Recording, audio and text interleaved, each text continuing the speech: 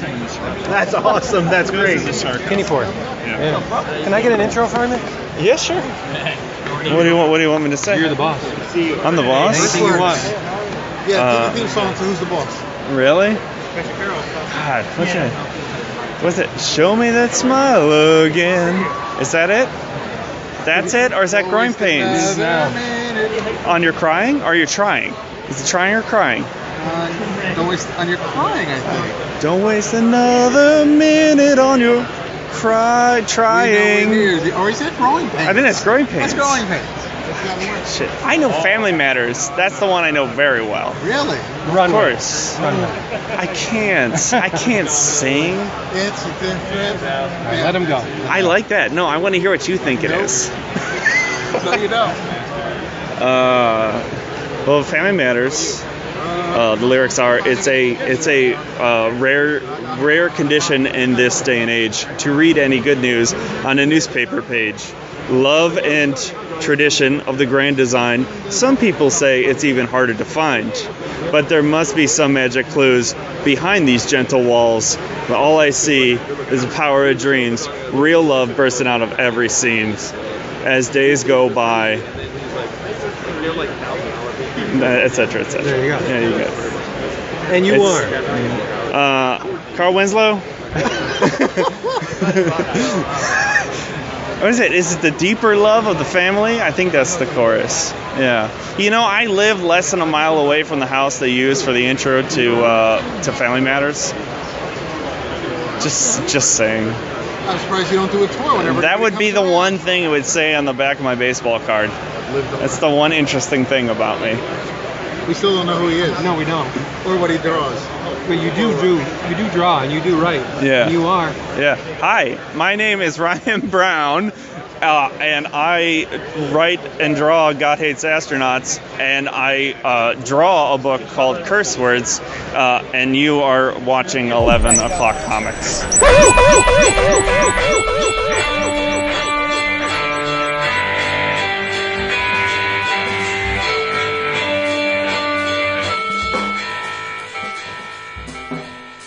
Last episode before Christmas. Oh, yeah. Is it? Yeah, it is. I think it is, yeah. It is, yeah. You're right. You make your lists out? Made it Christmas? Yeah. No, I don't know. I mean... Well, how does Santa know what to bring you? Yeah, I don't know. He doesn't read minds, contrary to popular belief. I buy myself gifts these years. And then I give them to Beth the Rat. That's kind of how it works. Yeah, I used to do that. I thought that was the way. You know, if I don't do that, I'm not going to get anything. Oh, well, yeah, me too. Yeah. It's true. So we're giving you, the listener, back something, because this is 11 O'Clock Comics, episode 961, and I'm Vince B. Ooh, you are Vince B. I am David A. Price. That is true, and I am Tim Curry. Wow. 50 years ago today, Vince. You're not Tim Curry. 50 years ago, Vince. Rocky Horror. Yeah, well, it has something in common with yourself then. That's what I'm saying. It's close. But, you know, you're not Tim Curry. I love you just as much, though. Probably more. You're Jason Wood, everybody. Here together on another episode where we're just going to talk about comics. Fill your ears with nothing but comics. We love it, and you love it, and we thank you for being here, and we thank our sponsor for making this happen. CheapGraphicNovels.com. CheapGraphicNovels.com. Read it. Learn it. Love it. That's where you're going to get your stuff extra cheap. Your omnibus editions, your trade paperbacks, your OGNs and your manga and your art books and all that stuff are available at CheapGraphicNovels.com for a fraction of the retail price. Here's a little secret for those of you not in the know. I'm sure you already know this, but there may be one or two of you out there that don't. Place an order. Make it small, relatively small.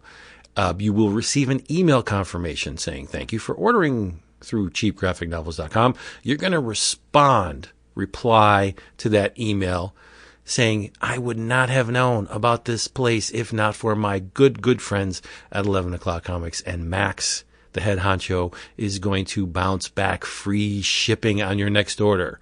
And that's when you tank up like a parched horse at the trough. You're going to get massive quantities of book because you're not paying shipping. Right? And they do have specials. They have lots of specials that come into your email inbox. Every once in a while, you get a list of specials. To your slotted Once a week, ebox. just be just like Vince. Just like Vince and get an email. As of the last 2 weeks, yes. Yeah, how about that? Well, I don't know if you noticed that some of the specials in this week's email, and of course on this week's new release page, included things like Robin, Son of Batman by Patrick Gleason, the deluxe edition hardcover, 40% off, $29.99. This collects the entire series, Robin, Son of Batman from 2015, all 13 issues, plus a DC sneak peek of Robin, Son of Batman #1. In the Garden of Earthly Delights is a graphic novel by Rich Tommaso, 25% off, $9. It's the debut novel of the dynamic duo Trina and Dina, also known as the Tea Leaves. Conan the Barbarian, the Colossal Edition hardcover. This was available, this was actually a crowdfunded thing.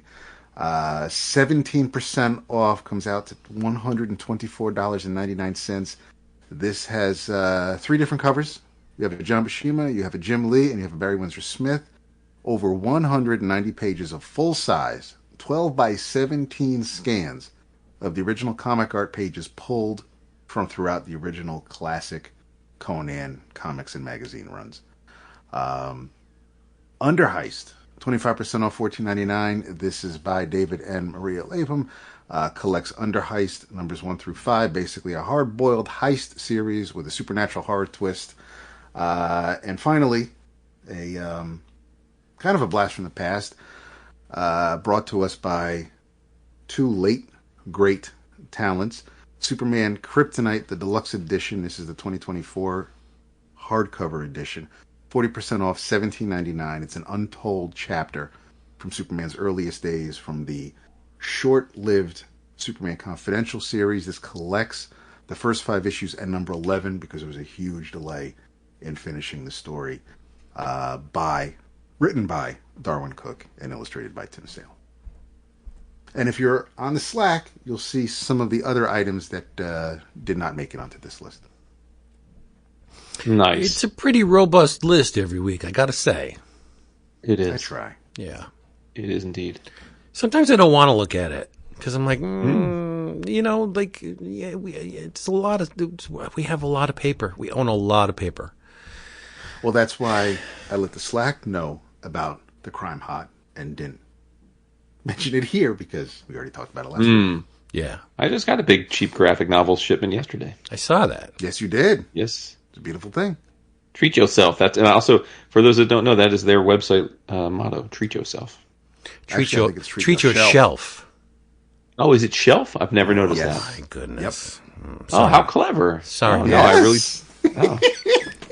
Max, I apologize. I just thought it was an homage to Community. Normally, I would say you don't have to apologize, but in that, yeah, I think you have to apologize. Yeah, I've never Is noticed. that Community or Parks and Rec? I mean Parks and Rec. Oh, Community. Oh, no, it is Parks and Rec. You're right, Parks and Rec. This Yeah, was Aziz, All right. Yeah. yeah, Aziz, yeah. Oh, my goodness. Sorry, Vince. Talk about, something other than... I'm drinking.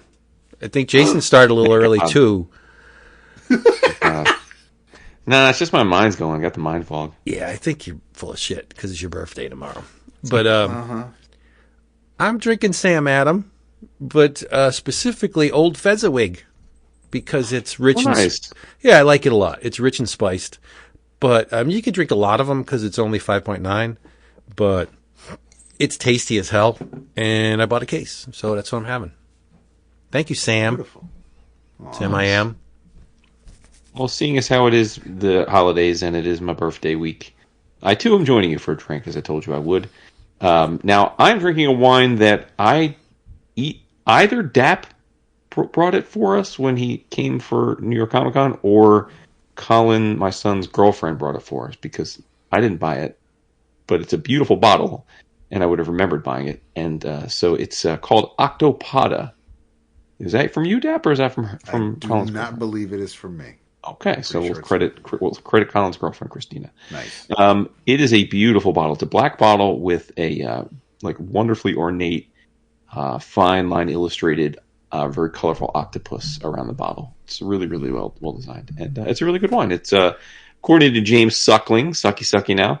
It is a fruit-forward and succulent red with medium to full-body creamy tannins, offering notes of ripe plum and mulberry with chocolate and vanilla undertones. Rich with good fruit concentration and a velvety finish. Wow. Bougie. But how do you not call that Octopussy? Like if someone got that from me, like I got a bottle of Octopussy. 100%. Dude, you're obsessed with the puss tonight. No, Maud It Adams. really is. You've seen Octopussy, Yes, right? I've seen- What? Of course, yes. Come on, bro. Ay. I love James Bond. Shit's going to hell around us. We got to stop just for a little while to do it, and Just then a little bit. Just yeah, some heavy That's what I'm saying. He always got in where he fit in. It he was great. hit it Absolutely. at any time. Yep. He hit it and he didn't quit it. Not even die either. Till the end, but yeah. Yep. No, yeah, that's true. The bullets will kill him before the STIs. Well, in honor of our young lads joining us in the half-century mark, I am going to be enjoying the oldest and most expensive thing I have Shit. in the liquor cabinet. And that is the Glenlivet 18-year single malt Scotch whiskey. Hello there. This was a gift from actually our Renee's maid of honor, and it is it's the 1 liter size. So this is a bottle that probably retails for over $200. But yeah, I don't have it often. I'm not big on Scotch, but this is single malt. It's also 18 years, so it doesn't necessarily taste like any Scotch you're really gonna get at a traditional pub or mixed with any sort of cocktail. But yeah, it's good and not had often. But I figured tonight it's a worthy occasion. Respect it. Nice. That was a nice gesture. Try hard. It was. Yep. Eh. Are we going to change our name to like 11 o'clock geezers or something at this point? Now that we're all over 50. I think anyone We who only got listens one. already knows that. Yeah. Just for perspective, I mean, we've now jumped 2 age rungs in our time doing this show. Zap and I were in our 30s, and you were in your early 40s, and now we're at the 50, 60 marks. Yeah. It's all right by me. Yeah. Add another 2. We'll be all right. It gets better with age. Yeah. Yeah. I'm guessing that once we hit like 2000, we'll be like grunting. We'll have these sounds and body, God. body sounds like, and people will be I didn't like that book. They didn't like that book at all. The higher the pitch, the more we would like it. But so let's talk about comics because that's why we're here. This is why we're here. Now, we should also say, because we are, if nothing, a open book. We were supposed to have Ryan Brown, our good friend, to come on. He's got a new book coming out. I think FOC is early, or just January's FOC, whenever that week of January. But he was going to come on and talk about it with us, but he had a little family, little children illness issue that It happens. threw him for a loop. No, it happens. I mean, it's been a long time since we had kids at that age, but I do recall that occasionally that happens. So, But in lieu of his not appearing here, we should at least tell them how good it is. Like, if the final order cutoff is the first week of January, then you better order it because Lucky Devils is very good. There's an infernal twist to it. I guess in theme or in concept, it's kind of similar to 8 Billion Genies in a sense, but there's a diabolical aspect to the book that I love. I think it's a nastier book than Genies was. a little darker tinge to it. Yeah. And I think Ryan just like went all out. The art's not as intricate as God Hates Astronauts. I think it's a little looser, but I think it serves the story more. Where it's not Barfly, where you have I'm being facetious, but like hundreds of sight gags per panel. This is not Barfly. It's its own thing, and I think I really enjoyed the first issue. Throw two demons at me? Yeah, I'm down with it. Yeah, no doubt. And Brown does a really great, clever design for him right there. Like, oh yeah, you can see the marketability of them and like immediately. I think so. Yeah, I think it's going to hit. Yeah, I think it's going to hit. Yeah. And Charles, we shouldn't slight him. I mean, they're a two-headed monster at this point. Yeah. When they work very well together. Always enjoyable work. Fun, memorable stuff. A regular Laurel and Hardy. I think so. They feel comfortable, like an old married couple. Totally. Yeah, that's like whenever we mention them. When you see them at cons. Yeah, but I'm an asshole, and I'm like, they fucking. But what I really mean is hilarious. that they're so close in the work that they're comfortable with each other, and they can say things and bounce ideas off each other and let things grow, and one adds to it and one cultivates this where the other one will truncate that, and they have this working relationship that makes you think that they're very close. That's what I mean by they fuck, and I mean, no, they're not. Yeah. So what did we read? Your mind's always in the gutter. It is. I would characterize this as a week that this was a good, not great week in the sense that there were a lot of books, especially new releases, that I was highly anticipating. And I enjoyed, for the most part, like all of them. Like everything I read, I thought, oh, it's good. But I don't know that anything hit the great this week for me, which feels a little disappointing because I was definitely anticipating some of these to be, me on my ass great. Yeah, I think I have to agree with you, and I think one of the books I'm guessing you're alluding to was New Gods #1. Yeah, that's one of them for sure. Mm-hmm. Yeah. New Gods #1, Ram V and Evan Cagle, who just gave us Dawn Runner, which I thought was phenomenal. May make its way onto my 11 o'clockers. We'll have to see. Mm-hmm.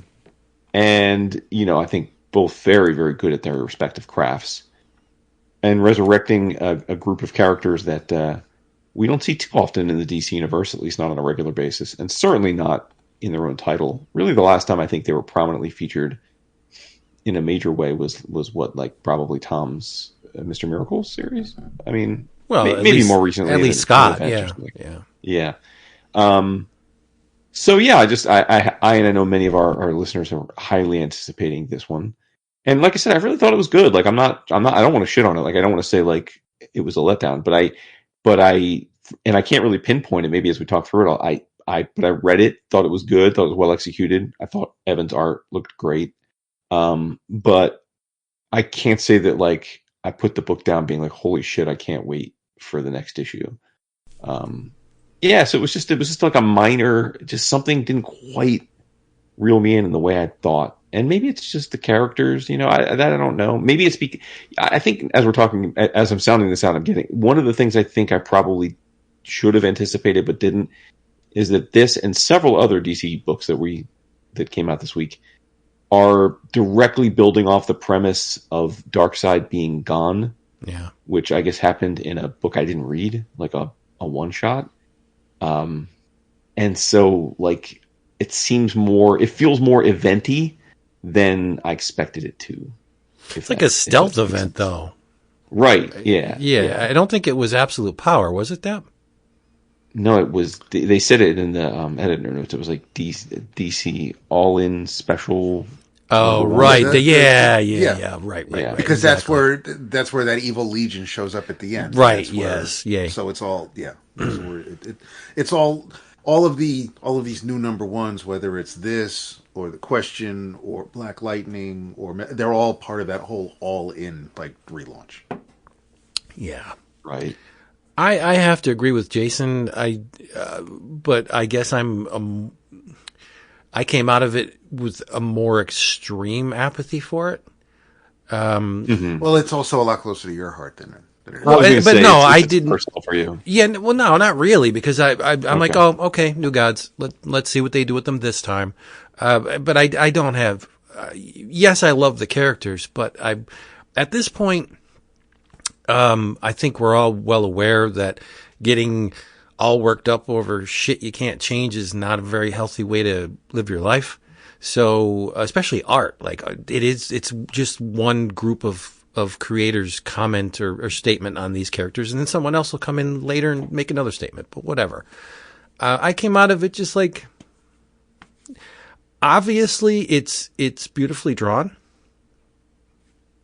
That was a plus, but I just nothing spiked my meter at all. I shouldn't say that. The one thing I got a kick out of was Orion acting like a lapsed Catholic. When Scott's like, why do you keep obeying Highfather? Like, why do you just do whatever he asks you to do? And Orion's like, well, that's what I've always done. I've always just like, it's like, why do you go to church if you don't believe? Well, we've always gone to church, right? And we always have Christmas dinner with them. It's just like, it's a pattern of behavior that is enacted out of inertia and not any kind of desire or with any kind of thought involved. I thought that was funny, but I don't know. I just thought, there was a little gobbledygook in it, and with the whole like the terminology that was used, just like odd terms, just to make it seem, The opening page was full of like neologisms. Yeah, that kind of made you think, oh, like Ram's trying to be big here. He's trying to be Hickman. Big concept. Yeah, Hickman, right? But and that's kind of one of the other minor nits I have is that I actually was kind of feeling that. Like, I agree with you. The words seemed a little overwrought. I'm like, okay, really pulling some verbiage out. But I have respect for that because I've been known to do that myself. But really, I thought, yeah, I know. But for that first page, I thought, okay, we're going to get a big, high concept space epic. Like that's what I was hoping for. And then ultimately, based on this issue, we're getting a much smaller story, meaning it is like the whole kill Hitler as baby thing. Right? Yeah. Like for those that don't, like, we'll minimize the spoilers, but the premise is Highfather, Darkseid is gone. Highfather has basically found Orion and said, you're my war son. You need to do something for me. No questions asked. Absolutely. What we find out is he has to come to Earth and kill a baby. Well, not a baby, but a baby. I mean, a young child, for whatever reason. And so that's the premise is Orion is going to do it because, like Vince said, he can't not listen to Highfather, but he has asked Mr. Miracle to stop him. He said, I'm going to do this.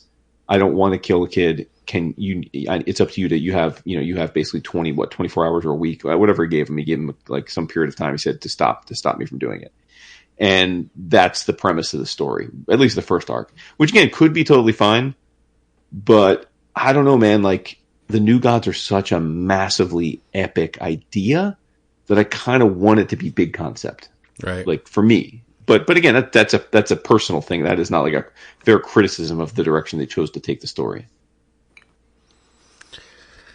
Yeah, it wasn't an unsuccess. I don't even know if I should say that. I'm just very lukewarm on it for whatever reason, and it's not the art. The story. I thought that, and I think it would have been more interesting if Scott's child was the one that. That's where I thought they were going to go, right? That would have been wow, what the fuck's going to happen now? Because right, then they're going to have to fight to the death because it's going to be Scott and Barda trying to protect their kid at all. Right. I do wonder, but I do wonder if that probably was never even in the cards because we not just had, but Tom wrote a Mr. Miracle story, and a lot of it dealt with being a father and the attachment to the baby. So that might be kind of going too familiar with a recent well, they pull at those strings in this book. I mean, they absolutely do. When he's complaining about the diaper change and Barda's taking a nap. I mean, so that's clearly like picking up right where we left off. Ram and Evan get to create a new character and run with that, I guess. Yeah. Water sports. It was in there. Yeah, It was indeed, yes. And some scatting. Yeah. It looked like Yeah. sticky pea too, because it looked like thick, sticky, Like, what nasty Yeah. pea. the hell's this kid eating? Yeah. Cleveland Steamers, Yeah. Lumpkins, all kinds of things. Again, but it was just an odd. It didn't feel like New Gods to me, but that's neither here nor there. I wasn't. There was no preconceived notions. I just started reading it, let it pull me through, and at the end, it's just, do I have an opinion on this? Not much. The art's nice. So what'd you think, Dad? What was interesting is that the preview that they had shown that DC had let out not too long ago wasn't even like the start of the issue, because I remember the Orion pages being part of the preview, and that's like not till like the middle of the book. But as we've stated, and as Jason and I stated on Dawn Runner, the art's absolutely amazing. Evan Cagle's a talent and a half, but I really dig the concept, the idea of New Gods. Whether it was Jack doing it, I never really brought in John stuff, or even when Walt was playing around with him. I like them, but kind of similar to the Eternals, where I can appreciate them and know that they are meant to be bigger than they are. They've never really been teams or concepts that I've really gotten super behind, but definitely trying this out because of the creative team, and it was neat. Most of what I appreciate about the New Gods is funnily enough from the Giffen DeMatteis era of Justice League, and it's not that that's what this is, and we got a little bit of that during Tom's stuff because of Oberon and Scott, but yeah, I'll probably I could see me definitely coming back to check out the second issue. I don't know if there's going to be enough here to keep me going. Like maybe I'll just let a few issues pile up and then go back to it. But I don't. This isn't. I wanted to like it more than I did. It looks cool. I'm really interested to see what Raj says about it. But I'm just I'm not. This didn't bowl me over. This didn't knock me off my chair. I did find one thing pretty interesting where they mention someone's name over the radio, but his whole face is like in shadows on the next page, and I know we're not trying to do spoilers for something that just came out today, so I mean I'm not going to say something because I'm pretty sure this is the first time this character has been mentioned in the past few years, probably since Rebirth. It's going to be interesting to see what his connection is to what he wants to do. Like, is this person filling in the void that's been left by Waller or something? We don't know. But no, I thought, like everybody else has said, it looks great. I trust Ram. I think, I'm not going to try to judge the entire series that I haven't seen yet on this one issue, especially after everything else that I've enjoyed that Ram V has written. And maybe something here will click, and this will be, something that I'll enjoy about the New Gods. But yeah, I wanted to love it. I came away just kind of liking it. Mm-hmm. Yeah, I think the panel composition and the use of typography, both on Cagle's part and who was the letterer? Do we know? We know who the letterer was, right? It is Tom Napolitano. Yeah, I thought the white space in the typography on Tom's part, and the like what Cagle did with the Orion in the panel, like that was very interesting. But again, far more compelling on the visual side than the narrative side for me. Yeah. Yeah, I'm with you there. All right, Dap, let's get this out of the way. Okay, go ahead. Superwoman special. Yeah. Yeah. You read it. I see that on your list. Yeah. I thought it was dumb. I don't understand how if you're scanning for a superpower. Yep. And you're scanning the galaxy or the universe for a superpower, and you come upon a Kryptonian. Kryptonians don't have superpowers. unless they're near, and not even unless their physiology in the proximity of a yellow sun changes. If I'm near a leaking nuclear reactor, my physiology is going to change based on that radiation. It's going to do very nasty things to me. A Kryptonian next to the sun, that energy does things to their physiology that was never possible on their home planet. So they technically don't have superpowers unless they're in a very specific place, right? So how can that thing search for superpowers and to pull Zod of all people, who may or may not have been in the proximity of a yellow sun, but even if he was, it's not a superpower. It just doesn't make any sense. Mm-hmm. That's not a superpower. So if you took Lois and dropped her in a solar system that had a white dwarf, like, she would not be superpowered. The genetic makeup of Kryptonians, they have more power than a human being. Their body structure is different. They're more resilient. They live longer. Blah blah blah. All that stuff. But that's not a superpower. Like, if even Daxamites don't have superpowers, that's what they are. Right? Like the Flash. Right. That's a superpower. Can run very quickly. Right. He's a human being who now has the ability to run super fast. That's a superpower. I just did not understand how it plucked. I thought it was horribly contrived that not only did it pluck a Kryptonian superpower, it plucked Zod of all people. Kryptonian was not even near. Yeah, it's just weird. I thought it was weird. I think it was extremely telegraphed and very shoehorned into the story.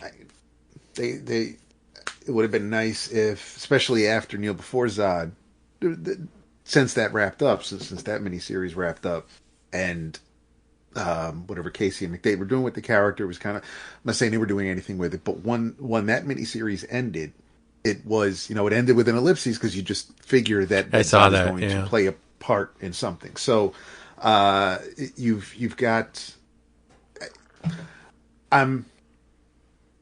if I want to try to make sense of it, I would think that Waller's Amazos, or whatever contraption that they were using to leech the superpowers, that it just lashed out and looked for Kryptonian physiology, probably, and by doing that, that's what Lois has absorbed, and because she's under a yellow sun, she has the powers of a Kryptonian on Earth.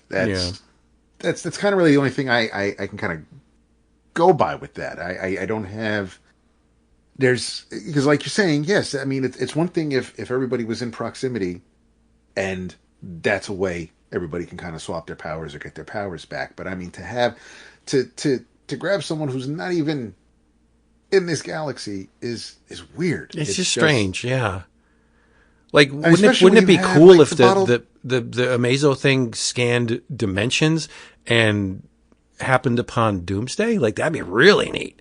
Give freaking Lois Doomsday's powers, because he has that. I would call a power. He has that, the forced evolution thing that has become part of his genetic. We're talking weird things when you talk about power. Like, their powers used to be basic. Spider-Man got bit by a radioactive spider. Oop. Okay, now he has these powers. Like, that makes sense. Once a human, not a human. But when you're talking about these things that have these godlike powers, like, how do you wrap your head around that? How do you wrap your head around Superman? Right? Mm-hmm. Average Joe back home, comes to our solar system, and now he's like Big Blue. He's cock of the walk. I don't know, and I don't think the presentation was up to snuff either. I thought it was slapdash. Yeah, three different artists. Yeah, at least three different artists on this. I wasn't wowed by really the visuals. It was neat for Williamson to write a story with Lois and Lana and Kara, and okay, get girls' night out, and that's cool. She gets to talk about things she doesn't always necessarily get to talk to Clark about. That's fine. But and this is, I'm gonna sound like Jason now, being an old man, but this is one of those things where I miss the days of those Superman specials like Agent Liberty, or Lex, or just where it almost felt like an annual. Obviously this does tie into Superman ongoing. It ties into Absolute Power. So this issue matters, but it didn't feel like those specials that I used to read back then. And now I'm a little worried about the upcoming Lex special, because I was looking forward to that, especially with what Williamson's doing with that character now, with the whole amnesia aspect. But they're giving me more pause these days than excitement. Right. But the thing, it was another thing too. The whole Skyward Embrace thing, where Lois is in the Superwoman costume and Clark's in his civilian clothes. I would think that after all this time, Clark would be like, what the fuck am I doing? Like, we got satellites, we got surveillance everywhere, and he's outside in the air in his suit and shirt, and he's flying, and it's like, what? Well, I guess he could always say like, oh no, this woman was giving, but like, hey, wait a minute, you're married, so that must be your wife. Like, any way you slice it, it was just a bad move. Like, there's no good outcome of revealing yourself to the whole city because you love your wife. I'd be like, come on, let's get in the house, I'll show you. But you don't do it in front of everybody. Because even if you are just blurring your faces so that any he's twitching, satellite imagery can't pick you up. Gotcha. Like the whole Jay Garrick thing. Because all he's doing is wearing fucking Mercury's helmet. It's like, how do you not know? Yeah. So it's like, so if you blur your face really fast, I guess nobody can tell who you. But it's still this big Caucasian dude flying around. Like, it's Metropolis, so I'm sure you have a few people flying around. But it's like, if you've got two people who fit a certain physical figure, and they strike the profile. It's too easy for people to put two and two together. It is. It's just a silly thing. But I have to admit, I was expecting, I was going to use the excitement of an interesting or intriguing reason why Lois has superpowers to propel me through future issues. Like, okay, that was really good. That was a neat twist. I like what they did with it. But now I'm just like, well, how do I read further now? It's just, I picked up The Rock, and what I found underneath it was boring and didn't make a whole lot of sense. I don't know. I am glad, though, at least they were smart enough to do it in a one shot that, whether you read it or not, it doesn't detract from the ongoing Superman stories. They didn't chop this into a 6-part story in the ongoing that's going to bring it to a dead halt. I'll tell you for sure that I'm just going to pretend like I never read that issue, because Lois having superpowers is fun. It is. Right. It's fun, and she's, hot as a firecracker, and it's nice to look at. It's fun that Clark has a counterpart in his wife now, that they can go out and do superpowers. He doesn't have to worry about her all the time. Like, that's nice. That alleviates a whole lot of boring subplots about supervillains capturing Lois. Like, we don't deal with that anymore now. Those are a thing of the past. That's, I think, interesting. So I'm just going to be like, how'd she get her powers? I don't know. Something with a... I don't know. Yeah, something. Yeah. You can read it. Go ahead. Yeah. Huh. Speaking of DC specials that didn't hit, Green Lantern, Green Arrow, World's Finest special number 1. I had it. I had it ready to go, but it was rough, bro. It was rough. Damn. Dude. Damn it! It was rough, dude. I mean, and I read it mainly because I thought, well, Dap's going to read this for sure, because it's like Hard Traveling Heroes, Green Lantern, Green Arrow, and they even say more tales from it says new tales from a hard traveling era. So like, they're setting themselves up for high expectations, right? Like, they're saying like, we want you to make a direct comparison with this issue you're about to read to the Neil Adams stuff, and I'm like, okay, bet, like you're that's what you're saying. I'm going to do that. bro, like it's in a like they should have really rethought trying to bring that comparison directly because written by Jeremy Adams, art by Lucas Meyer, colors by Marcello Melo, and letters by Lucas Gattoni. So it is just perfunctory, man. The art is fine, but like lots of photo ref, lots of stiff. There's that word. Yeah. Exactly, dude. It's fine.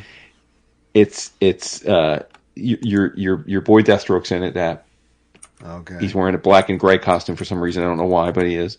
And Deathstroke takes them on, and it's like a story about that, and like that should be cool. It could be cool.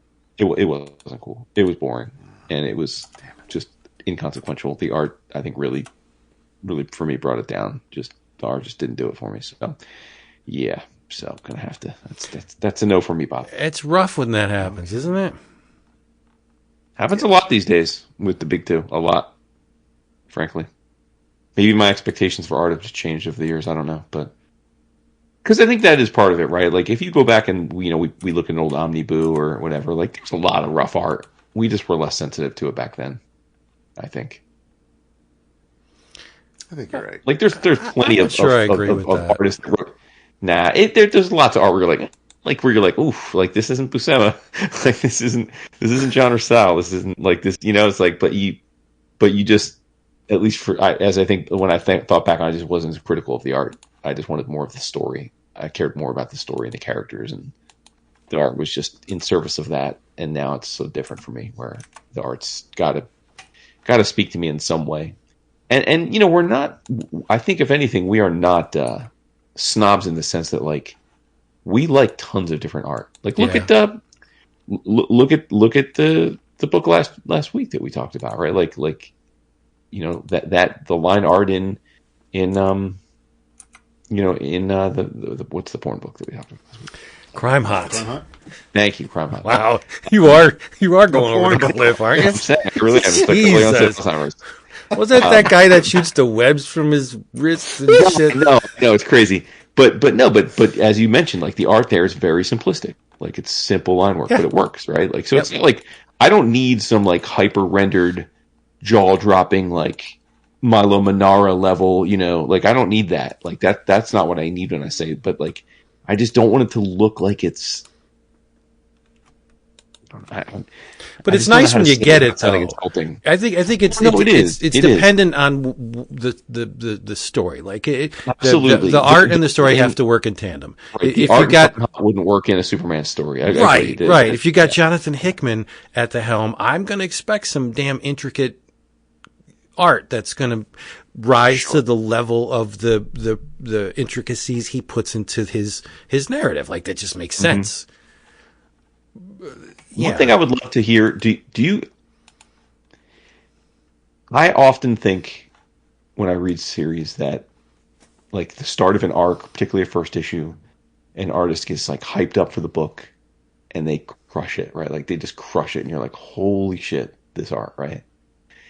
And then I feel in subsequent issues, you're like, it doesn't quite hit as hard. And I think I often wonder like, is that just me because now I know what I'm getting, and so it doesn't feel as like vibrant and exciting? Or is it what I tell myself in my mind, which is that they're on a deadline, it's issue 2 and issue 3, and they're inherently not putting in the level of like detail and preciseness that they did in the first issue? And maybe sometimes it's column A, column B, but I feel like I often see that and feel that. And I bring it up because, and again, I got to keep it 100 with people. And I'm curious to see if you guys think. I thought Dragata's art on Absolute Batman 3 looked a lot less polished than issue number 1. Wow, I didn't look at it yet. Coming right at the right time. Yeah, that? Maybe that break is coming right at the right time. Well, but I'm saying you read it. Did you agree? Did you notice, or do you think it's in my head? No, I don't think it's in your head, but I think what didn't help were some of the flashbacks, because that's the coloring is slightly different on that. There was a lot of there was some TV screens, and there we didn't really get much Batman either, to be fair. Right. Yeah. It could be a good thing. Just saying. It didn't feel like a good thing to me in this issue, but I understand your point.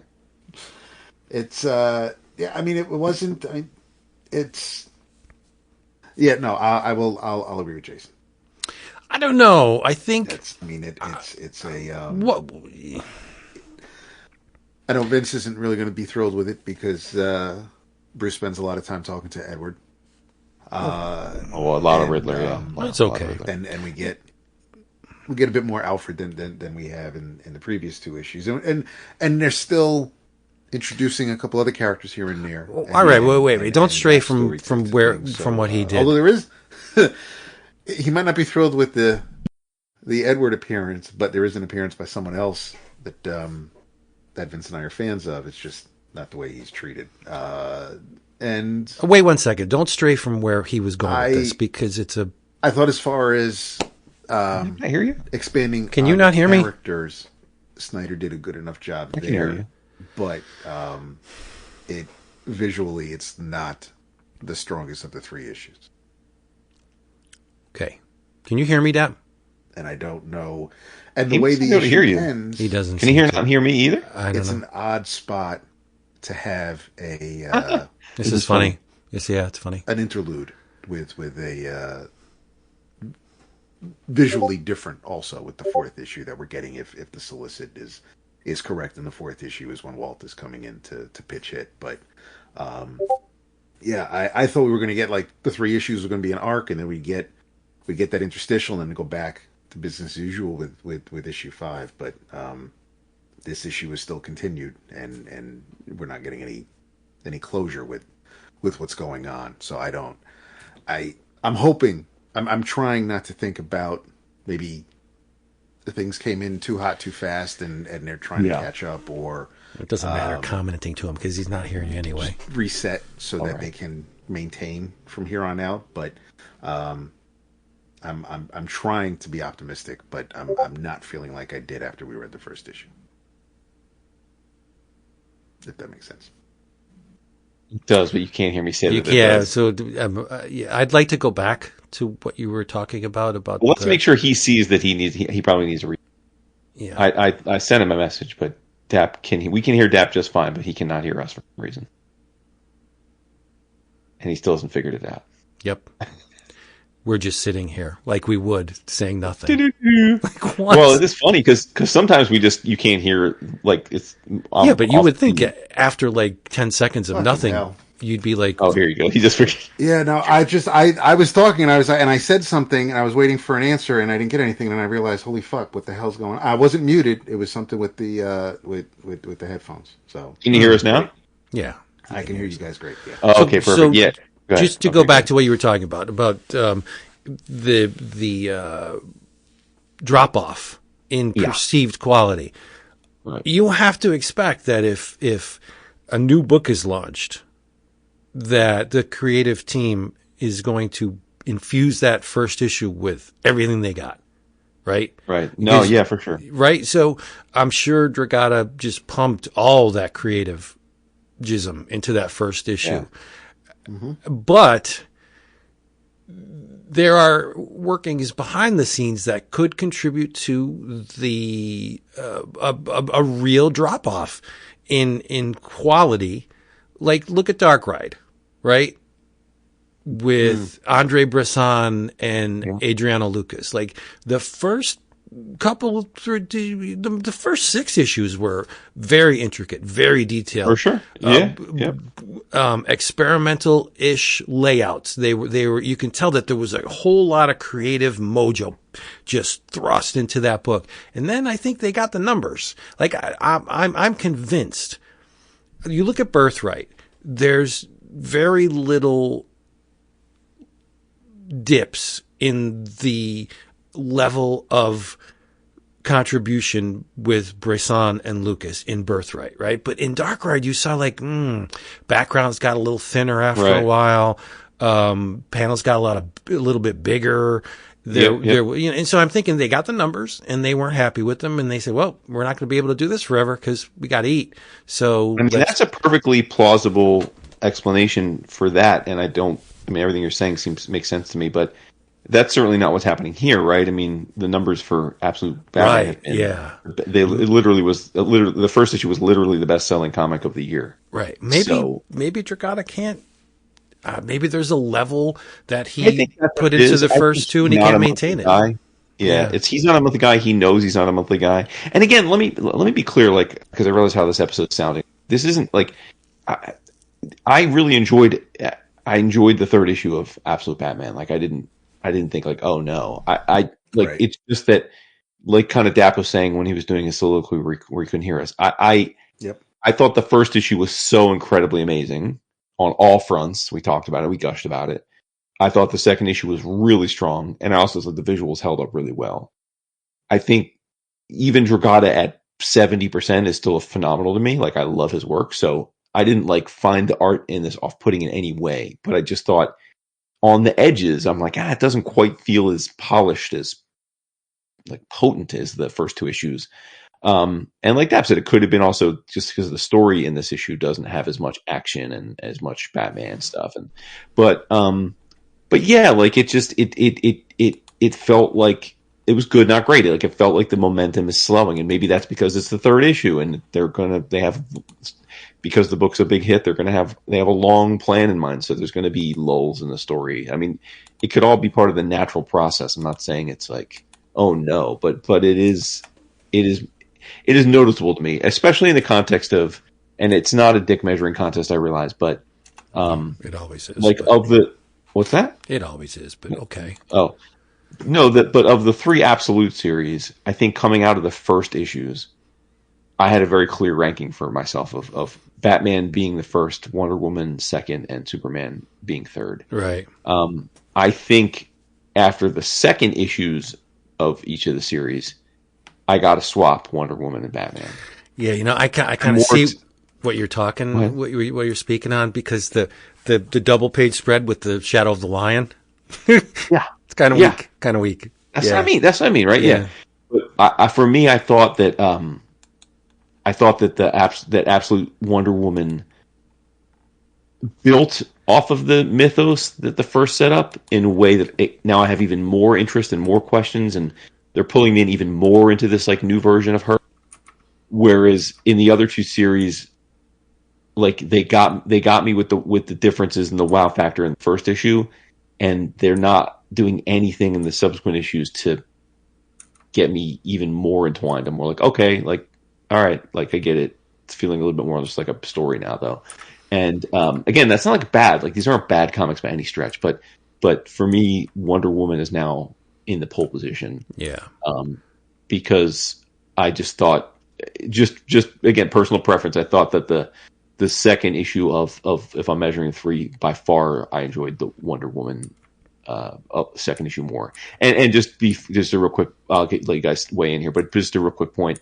I wasn't totally bowled over by Absolute Superman #1, and after #2, I'm out on this one. It's not for me, so that's fine. Yeah, there's plenty of other Superman stories out there. I think there's a lot of power in these Absolute Batman issue 3 pages. Oh, they're great, and they're doing well for the DC, and I think they're pulling in new readers. I have no complaints about the premise or the artifice. I'm just saying, but personally speaking, I'm going to continue with Wonder Woman and Batman, at least for the next month or two, for sure. But Superman, I'm good. Yeah, I think the pages where Bruce talks to his mom are a little thin, but other than that, I mean, I think there's a level of intent. Mom's kind of hot though. Yeah, well, there you go. Yeah. Wait till Absolute Superman finds out that they get the name. Oh no. Yeah. The lion is your gun in the first act, Vince, because Selena brings it up later on in the issue. Nice. It's there's not even enough texture in the lion to make it interesting. It's just a shape. And it's a weird shape too, because it's not. Right. Yeah, it's just like, do we have mutant lions in Gotham City? But now, Dap, are you more forgiving on that? Shit on Dragata, but it's just weird. The rest of it's more of a core Superman mark, Dap. Are you like, was Absolute Superman #2 appealing to you than it was to me? Absolute #2.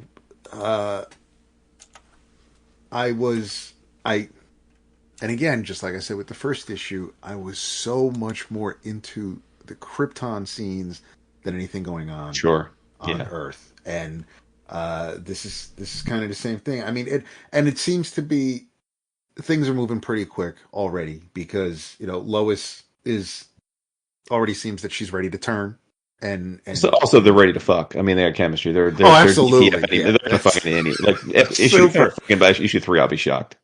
And probably because in this absolute universe, he probably can get her pregnant without worry. But I'm not.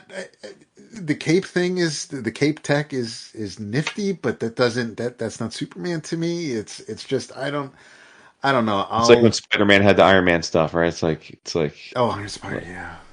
Same thing. Like I and again, I'm all for the reinvention. I mean, one of the cool things about the Batman to me was that he's super bulky and he's got the axe on the like I thought that was neat.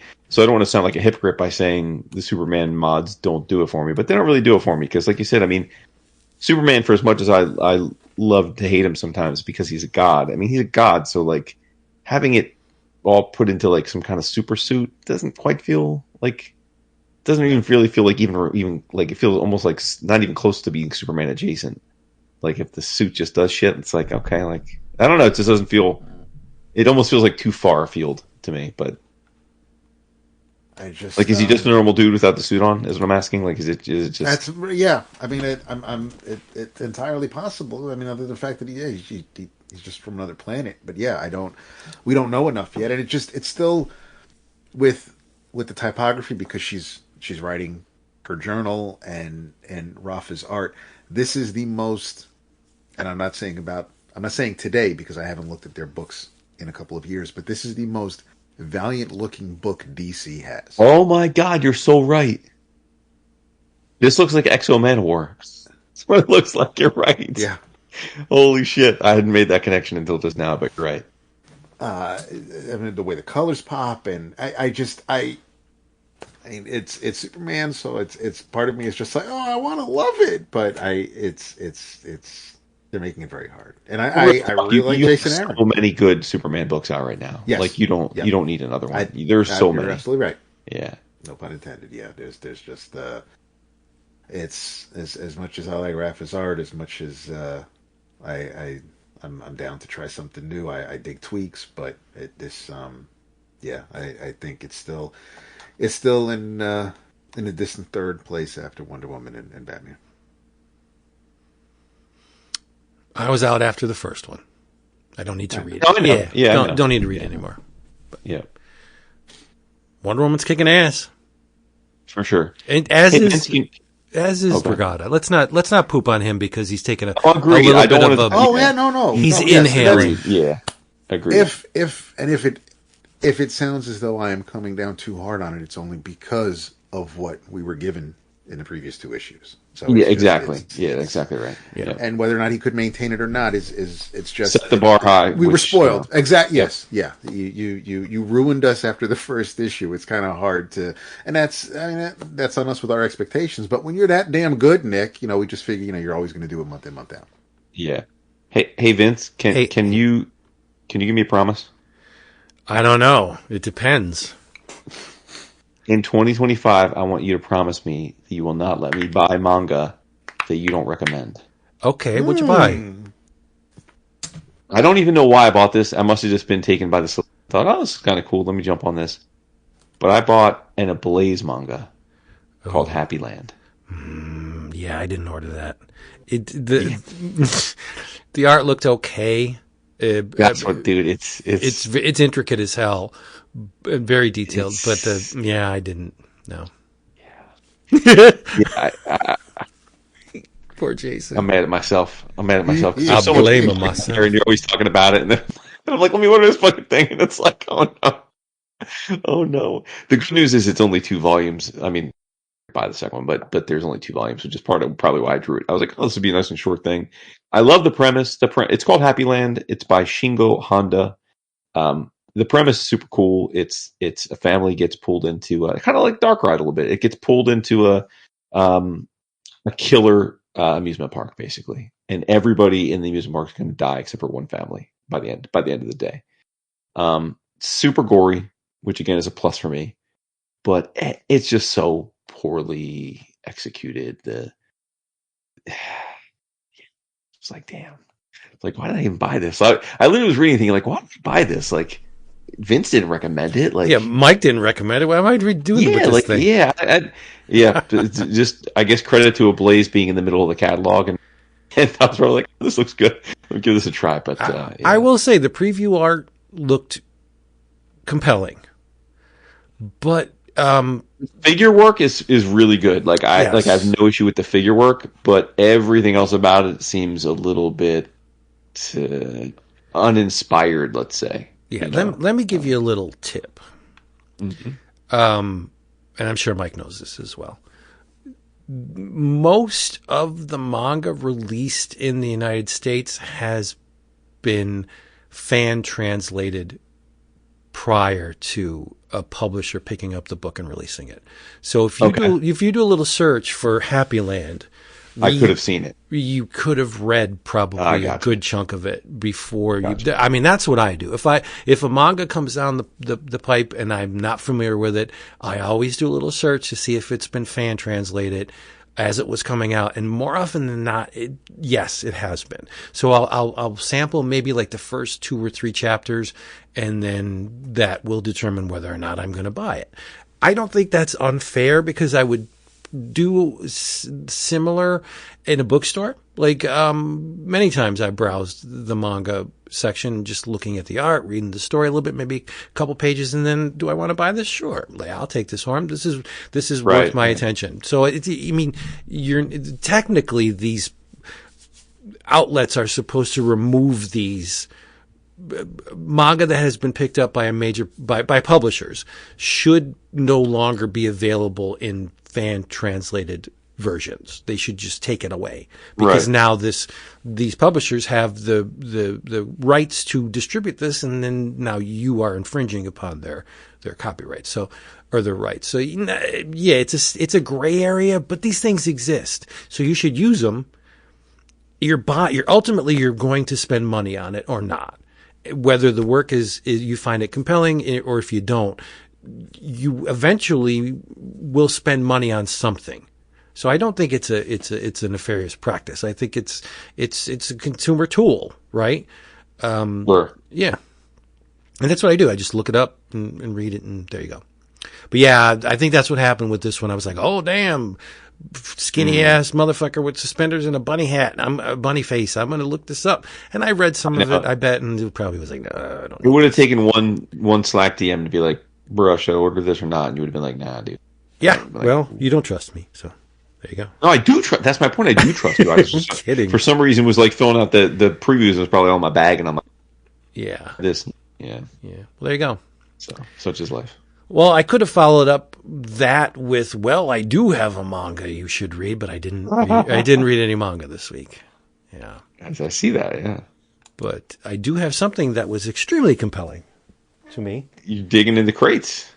Well, no, I wasn't going to talk about that. I was going to. Okay. The Desert Island Mystery Mail came, and nestled within the box, in addition to a newsprint single and a regular comic size single, and some really cool. I didn't look at it because the book I'm going to talk about just commanded my attention to the degree that I took everything else that was in the box, and I gave it a brief glance and put it aside, and then I jumped into this. But one of the things that was in the box was this really cool series of various sized papers with comics, and it looked like a faux newspaper, or maybe like a Subgenius pamphlet that with off-size, like it looked really cool, and I can't tell you what it is.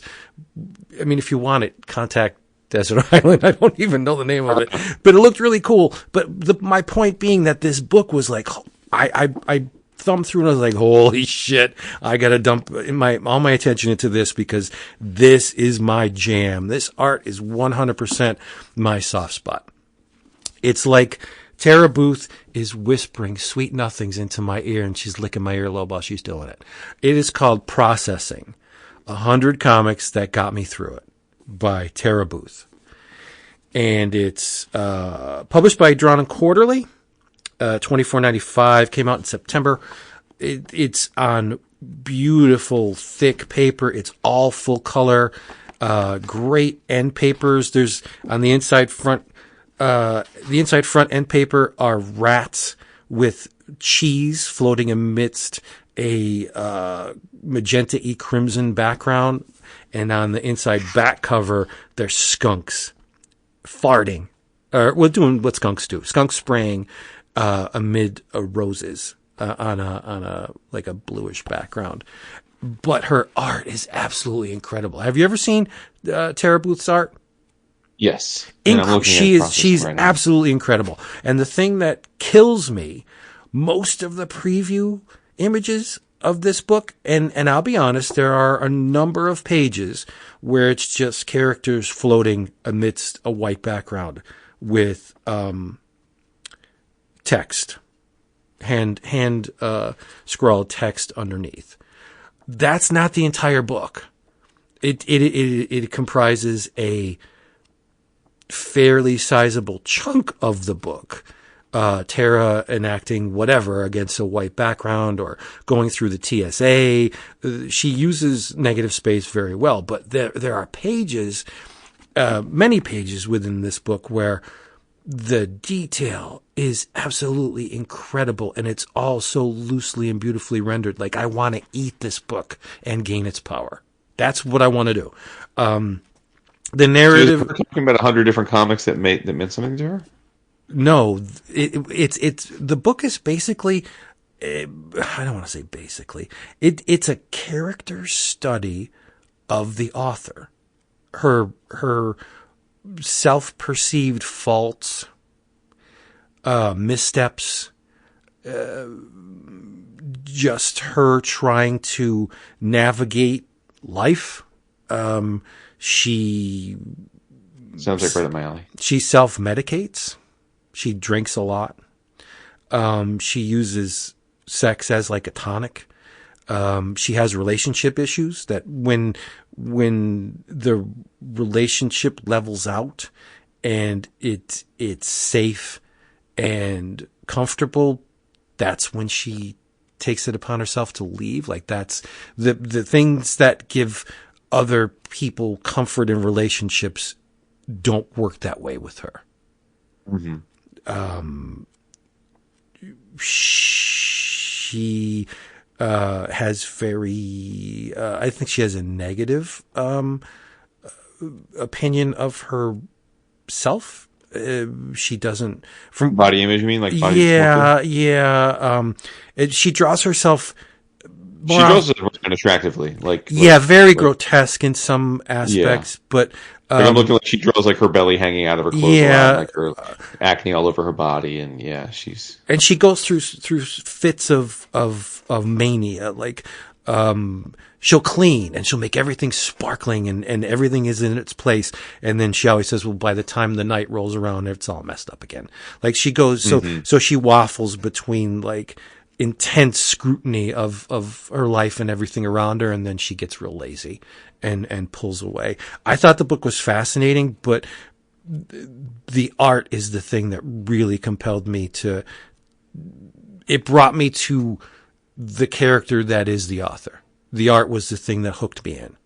This is exactly, if I were to release something before I die, you can bet your ass that it will look something like this book, because this is the visual voice that I employ for myself when I do make things, loose and very painterly, unrestrained, and there's a beautiful shorthand that she employs for facial features that they're not too detailed at all, but she manages to use basic shapes to eke out like so much information and so much emotion. Case in point, she's floating in the water and she just lets herself sink to the bottom. And while she's on the surface, her skin is like healthy pink, and then water and light are going to interact in a way that, we're accustomed to. And as she sinks into the depths, her skin turns blue and her hair turns a greenish color, and then she gets to the bottom, and the detail on the bottom of this body of water, there's all shells, and it's so beautiful. My God, I cannot express just how fulfilling I find her work, her art. You've seen it, right? Yes. She's underwater, and there are corals and underwater plants and objects that are, it's just so intricately drawn. And then she gives you a little bit of time to breathe by she'll do a little section with just a white background, and then there's a section where her and a dude, and they're looking at each other's buttholes and stuff, and she's like, I smell a butthole. I envision all that buttholes do, and then you get her thinking about all different shapes of buttholes, and she's reading a book, How to Love a Butthole. Like, so it's like unvarnished. Like, she does not hide anything about herself or her life. There are passages that do not cast her in a really great light, and she accepts them. She embraces them, and I find that really refreshing too. Like, this book is absolutely perfect. I know it's an unreasonable expectation or a goal to call something perfect, but I call this book perfect. I love every single thing about this. I love the smell of it, each page, each illustration. I love the way she hand letters. It's just so breezy and so loose, and it's like, fuck you. That I think is the thrust of this book. It's like, this is who I am. Fuck you. I'm working through something. If you don't get it, that's your problem. It's a really brave way to do it, because like a lot of people aren't going to get it. They're going to look at this and she struggles with depression. This is just a book about a human being, right? We all feel these things, but it's presented in such a way that is like, I am unable to look away from this book. Yeah. Respect. I totally 100% wholeheartedly recommend this thing. You need to get it. Yeah, it looks real good. It looks real good. I missed it. I missed it during the. Yeah. I think you would like this. Yeah, me too. Yeah, I'm looking at it now on Amazon. It looks good. She does come to terms with her sexuality in some aspects, but yeah. It's a journey you're still on. It is a journey, and it's called Processing. 100 comics that got me through it. But what are they? So what are the 100 comics come into play? Well, I guess there are 100 chapters. It's not specifically stated, so they're of varying lengths. So gotcha. You'll get maybe one comic is like maybe 2 pages, and then one is 4, and one is 8 or 12, but there's a sequence with bed bugs. There's bed bugs. Like, her roommate's like, we got bed bugs. She's like, nah, we don't have bed bugs. And the roommate shows her, look, I got bit by bed bugs. There's marks on me. She's like, no fucking way. We don't have bed bugs. So Tara invites somebody over, and they're about to get stuff done, and they're in the bed, and yeah, she got bed bugs. And the guy's just like, fuck this. I'm out of here. You got bed bugs. So it compels Tara to make a pseudo-human with a pool noodle and clothing and a hat, and puts it in the bag and just like snuggles up to this pseudo-human. I don't need a real human. I love it. Yeah, Tara Booth. It's great.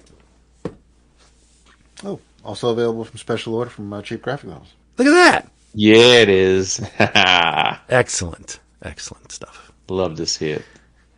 Man, I would just love to give her a gigantic bear hug and just tell her thank you for making this Thank you for talking about something that you really loved, because that's the first time in an hour and a half tonight that we did that. So yeah, it's excruciatingly beautiful book. Nice. Yeah. There you go. What else we got? I liked but didn't love Rocketfellers #2. Adored the first issue. Like I said, that's my favorite first issue of the Ghost Machine. I didn't dislike this second issue, but it was weird to me that the second issue was effectively a Christmas issue. Which is well timed, right? It's kudos to them for having their publishing calendar in so ingrained in their creative process that they knew, okay, this second issue is going to come out right before Christmas. So it makes sense. You're reading, oh, it's Christmas, but it was weird because the issue kind of felt outside of the ne'er-do-well who's in the future looking for them to come and find them and like attack them. It was mostly like a very clever, heartfelt issue about them trying to fit into modern day Christmas customs and the like, and like cutting down a tree and how that seems barbaric to the daughter, so they grow a tree in their lap. Like it was very clever, and the art by Manipul looked great again, but it just felt kind of weird to have like almost like a Christmas special as your second issue, you know? I will say it was kind of fun though. The villainess is searching through all of reality and time and space to find them. And as she's doing that, you see her looking through all of the different Ghost Machine worlds. Like you see the Rook and you see like Red Coat. Yeah, nice. So that was cool. That was cool. Like that was kind of the neatest thing. It was like just a neat little. This is all connected universe in its own way. So, like I said, I liked it just fine, but it was kind of caught me weird that like the second issue of the series is like a Christmas focused issue. Too soon for that. I agree with you. Yeah, although right. It's definitely a Ghost Machine thing because I think the third issue of Hyde Street is also kind of Christmas themed. Okay, yeah. So there you go. And then G.I. Joe number 2. That was probably the closest thing of all of these that I thought like to be great. Like I really, really enjoyed this. But I would be lying if I said I enjoyed it as much as the first issue. I'm in a weird place with this in the sense that by all accounts, I should adore, like as a just about 50-year-old man, I should adore how Skybound is treating this as a much more serious universe where characters die. And that's true in Transformers as well, right? Like beloved nostalgic characters whose action figures or transforming toys we own get killed, and like presumably they're going to stay killed, right? This isn't like some Marvel DC gimmick. Like they're gone. Like as long as this version of these licensed worlds exists, these characters are gone. Like in Transformers, we've had Bumblebee killed, Ratchet's been killed, and in G.I. Joe, as we saw in the first issue, Rock and Roll was killed. Like I should love that. Or like heavy metal. Yeah, I know. I should love that objectively. Like I should be like, oh, that's cool, like, and I can't really legitimately file a complaint against that. Like I think that's the right thing to do, and it makes it feel different and feel more meaningful. But like the kid who was born in 1974 and grew up in the 80s and like played with every G.I. Joe toy, like it kind of hurts my heart. Like it's like I feel torn about it. Like I get that I should love it, but I don't love it. I don't love it. Like I don't love that. I don't love that CoverGirl is covered in scars already, and I don't love that Rock and Roll is dead. And I just don't love that. Like I don't know. Like I should, but I don't. And so I don't know what to say about it. Like again, it was a really Riley's killing it. He's definitely elevated his art. There's like I have no high level complaints about where they're going with the series. I expect to continue to enjoy the series. Like I'm here for it despite the more serious stakes, but the fact that like my peoples are getting disfigured and killed and like inert right off the bat is kind of like bummed me out. I mean, kudos to Williamson for not throwing some scrub that we never heard of before just to get killed off. I mean, unfortunately, it's one of the characters who was one of the founding figures when they relaunched G.I. Joe. It was like Rock and Roll, Clutch, Stalker. Right? Everybody is in this issue practically, but to have one of the OGs from the smaller toys already done. Look, there are a million G.I. Joes, so like absolutely. We haven't seen Roadblock yet, like, and he'll be the heavy gunner. Like, there's plenty of people that are going to come along that I'm going to mark out. Like, oh, this is cool. Like, so we can definitely live with a few of the characters right off the jump. Yes. But it's not giving me the warm fuzzies. Like, I'm not like enjoying scarred from head to toe and then being like, yeah, she's fucked up. like I'm just like, okay, cool. Like respect, but. It covered up, girl. More like it. Yeah, so it's weird. It's weird. It's weird. Daffy's funny. I will say that I'm here for the Cobra Valkyries. I'm here for the Valkyries. Dude, those were great. Dude, you killed me. You killed me with that. You all right? Covered up, girl, all right? Same man as his hit. It's fucked up. And on that front, since we're talking about Skybound, on that front, that's I read Transformers 11 through 15, the third arc. I got to give D-Dub credit, and again, this may seem like blasphemy to a lot because not of our readers, because a lot of our listeners, because they like worship at the altar of DW even more than we do. And again, maybe this is blasphemy, and like you guys are going to frag me for this. I think Transformers is his best written thing. Like, I think it's the best thing he's written. I know he probably didn't. He's not going to listen to this because he's busy and shit. But I got to agree with you on 1,000%. Yeah. Thank you. Yeah. The writing's way better than we normally get from a G.I. Joe Transformers book. Like, the character development, the logical pathways of the feuds and the interplay, it's very well done. Like, it's like I'm finding myself caring. Kind of flip side of the G.I. Joe. I'm finding myself caring about a lot of the like tertiary Transformers characters more than I ever have before, and that's all D-Dub. The reason this is good, not great, though, is that we got 2 issues with Jason Howard drawing it.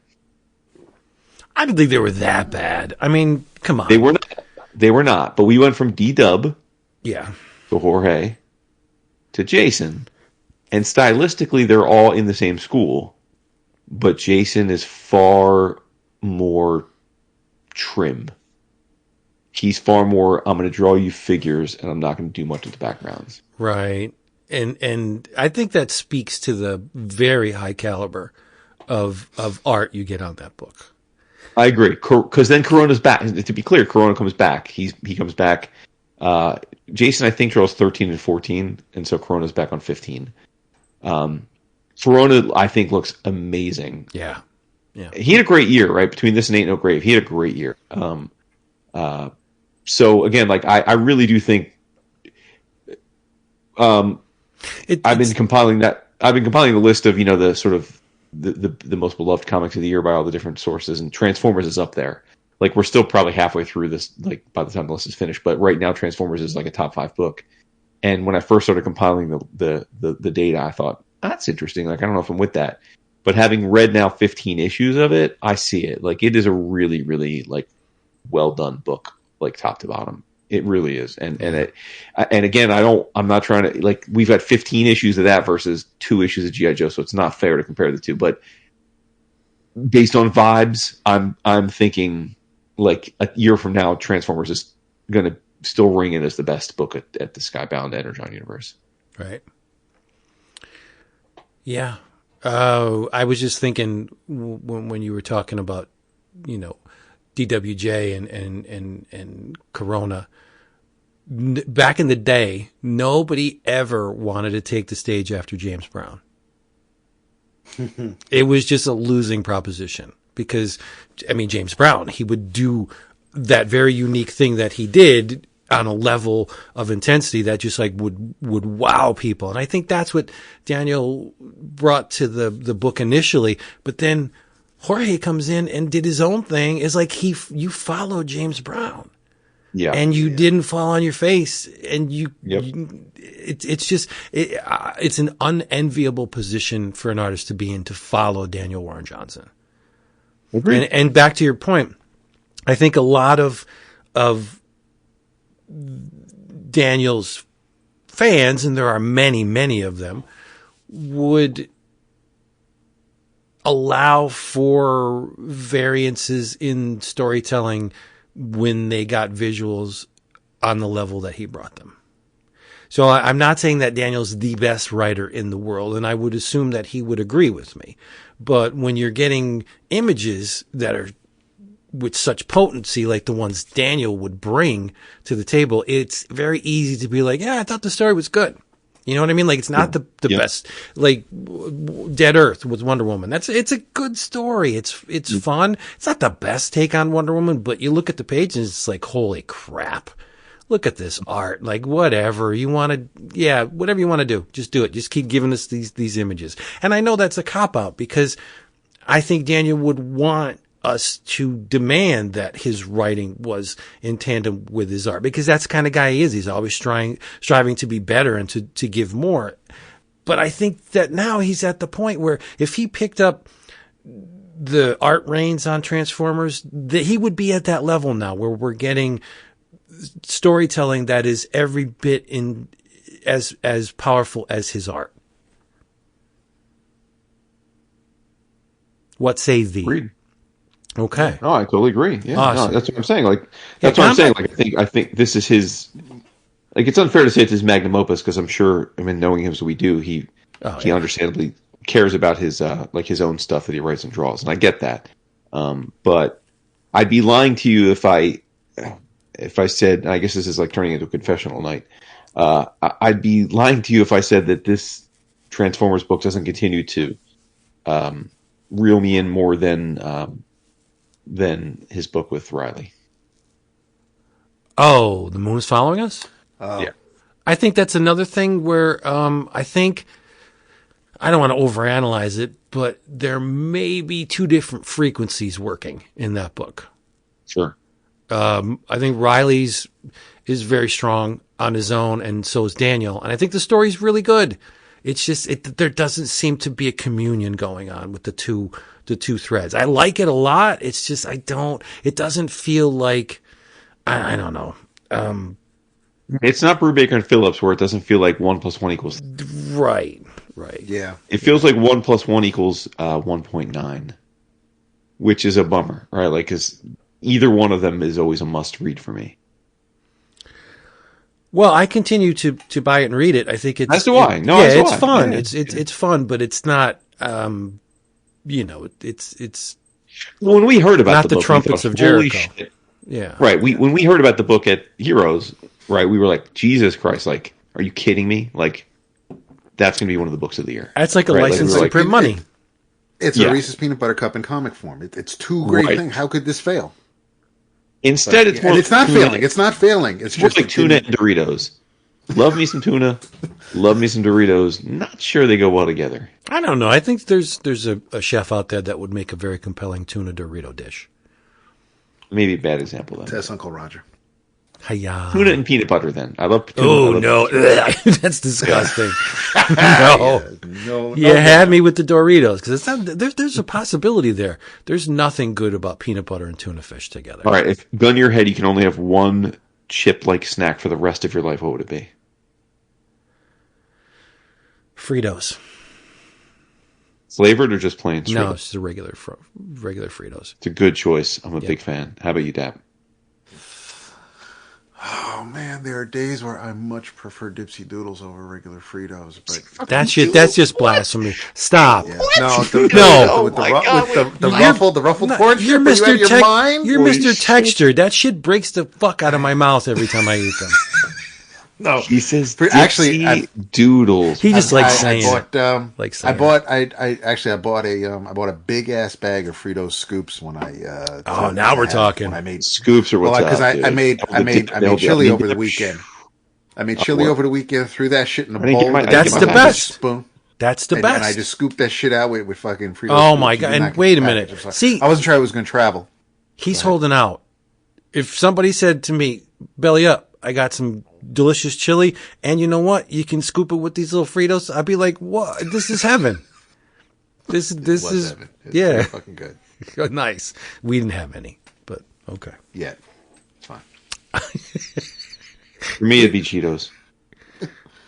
See, yeah, crunchy Cheetos are legit. I can't do the puffs because that's just fucking. No, I hate the puffs. I legit hate the peanuts. puffs. Yeah, I don't. I Can't- will. can't- I just If there's those a bag shit's of dissolved puffs in in the water. house, I don't. I will, and I'm like, haven't eaten in 3 days. I still won't eat. I don't Yeah, fucks exactly. with the puffs. Yeah. I just turn them into a raft and float ones- away on them. I don't give a shit. But the crunchy ass ones, I will snap a neck for them. That's not a snack. That's packing material. Exactly, it's fucking packing peanuts. That's care packages material. That's nice. No, I like the Cheetos. I think they're really good. Yeah. Yeah, you got a point. But I don't think they're better than the friggin' Fritos. That's the God chip. Fritos are no goddamn joke. Dude, And I'm sure there are people out there that be like, Fritos aren't chips. Well, okay, whatever. When the kids were playing football, Pringles. you know, and when I was doing the announcing and stuff, the Snack Shack had the biggest seller of Snack Shack were the walking tacos, which were you could get either a bag of Doritos or a bag of Fritos, and then taco meat and all the other fillings inside the bag with it, and you would scoop it with a fork. Dude, that's like a Frito bag pie. it's like a bag of heaven, dude. Yeah, it is. It's like a bag of fucking heaven, dude. I just find the idea of walking taco a bit pretentious. Every food is walking. Like, I just bought a walking hot dog, Okay. Just about a walking eggplant parm. Yeah. I don't know how many people eat eggplant parm while they're walking. That's messy. I don't know. Complete with the whole plate, and you want. I mean, how many people eat on the eggplant side, parm to but- begin with? That's kind Back of it up. Vince, Back it up. Vince right here. But no, Vince, You did that on yes, purpose, Pringles are 'cause not. I love it. Pringles are not I do. chips. Pringles aren't chips because they're crisps. No, they're potato Because crisps. They're crisp. Right, because it's basically it's What is it, potato time for flakes tea? formed into a chip. They're not allowed to call themselves chips. Yeah, they're not Exactly. Yeah. Okay. Crisps. They're not real chips. It's All like right. Spam is, spiced ham. It's not really its own thing. I have something else. What? How much dap you want to go? No. Go ahead. No, you go ahead. Come on. We didn't hear from you. I was looking at the partition here, and you haven't spoken about something since So, since the loving abs bats soliloquy. that's the highlight of the week. Right It's there, baby. great. I thought that was I love wonderful. it. We're like, he can't hear us. I know. Jason's I can't like- wait to listen to this episode to find out how you Jason- guys are ripping on me. This is gonna be No, awesome. no. Jason was like saying something. I'm like, why are you even speaking? He can't hear you anyway. No, I got it. Yeah, I'm gonna have to listen.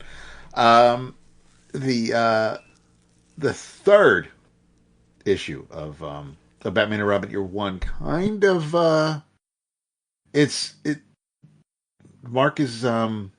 Waid's playing. I don't want to say fast and loose, but the Writer of the year, by the way. he's the third issue. Bruce is kind of Batman is kind of in his own head, just trying to figure things out because of this. Somebody is manipulating things behind the scenes, and basically, like, all the families are. Well, this outsider is screwing things up, and it looks as though the families are basically breaking promises or turning against one another. And there's somebody who is basically very, very Clayface like, in the sense that this character is impersonating other people that are involved with the other families and kind of screwing things up for those families. And the person behind the scenes who's pulling these strings is General Grimaldi, and who we were introduced to at the end of the first issue of this series. And he's the one who is trying to break the families apart, or at least cause division and dissension, and kind of take over Gotham. And while Batman is trying to solve this mystery, he's kind of neglecting his ward, and Alfred ain't having it, and he actually he goes downstairs to the Batcave to get Bruce's attention, and Bruce is in his head, and he's severely baffled. He tells Alfred, and he's just like, none of it makes sense. The Gotham's families has staked out very firm boundaries and territories, and now, like, everything's in disarray. And while he's just rambling and babbling on, Alfred is still just trying to light Master Bruce, and finally he as Bruce is asking questions out loud, and not that Alfred has an answer, but finally Alfred just has it, and screams, and he's like, "The boy, Master Bruce. We have to talk about the boy." All caps, all exclamation. And Bruce pauses, and he says, "That's the first time you've ever raised your voice at me, Alfred. I don't like it. But you wouldn't do it unless you had a good reason. So I'm sorry. What were you saying?" And so finally, Alfred's just like, "All right, this is what's going on." And he go upstairs, and there's a whole. You can follow the trail of clothes and muddy boots to Dick's room, and the kid's just like living life, and just every time Alfred tries to do anything any sort of authority figure would do, Dick just runs over to the door and like closes it and locks it behind him, and that's it. So Bruce is having trouble because he's like, he really didn't think things through, because he's like, listen, we both we both lost our parents at a young age. I just figured, if he wasn't constantly supervised, or if he didn't have somebody like hounding him every waking minute, watching his every move, like, he would grow up to be a responsible person and behave accordingly. And I don't know why he's not like me. And Alfred kind of just like, bro, like that's not how this works. And they go out on patrol, and the you have Two-Face, who is basically getting beat on by one of the families, and he kind of Harvey screws up some plans, and actually he lets it, in order to save face, more or less. No pun intended. He's just like, listen. He says, he's like, you guys. But before they can just go to town on Harvey, he gives up a name. He's like, the name is General Grimaldi, and that's all you get for free, because no matter what you guys do to me, everybody in town knows that no one operates in Gotham without paying the dent tax. And then he adds this. He says, "Who do you think let the Zucos roll through last month so they could kill that circus couple?" And that's all Robin needed to hear. And he flips out and he leaps down and he's like, "You did what?" And he bounces over all the mobsters and starts trying to beat on Harvey. Unfortunately, Batman knew he was bluffing. And even Two-Face, like, while he's in his face, he's like, "Wow, kid, you'll believe anything." And Two-Face gets away. And while everything's going haywire, and the mobsters are trying to not die, this is all happening on a cargo ship. And so Batman and Robin are trying to get off the ship because Harvey, Two-Face has decided to open the ballast tanks, and so the cargo ship is capsizing, and Two-Face gets away, and he's all, Robin is actually, like, for the first time, he's a bit he's a bit unnerved. He's not as sure-footed as he was before. He definitely kind of lost his wits a little bit, and Batman saves him from getting his leg yanked off from a loose cord that pulled a cargo container off the ship. And but while Batman was saving Robin, another cargo container is sliding down right behind him and takes Batman off the ship, and that's where this issue ends. But Somni, of course, still doesn't need to be said. He's killing it. But not only do we get this little mystery of this new character who's coming to Gotham and trying to fuck things up for everybody, I truly do appreciate Wade kind of going all in on this very young new relationship between father and son, and we haven't really seen anything like this regarding. I mean, we've seen Bruce having to deal with Tim. We've seen Bruce having to deal with Damian, and of course Jason. But we never really saw a whole lot of really, really young, new to it Robin or Grayson being brought up by Bruce. And since Batman is always 10 steps ahead of everybody and knows all the exits and has everything planned out, to see him kind of not quite catching his footing while trying to raise a child, even though he's got a butler, even though he's Batman, it is just, it's a neat little addition to what I thought would have just been pretty much what could have been just a straightforward Batman and Robin take on the mob type tale.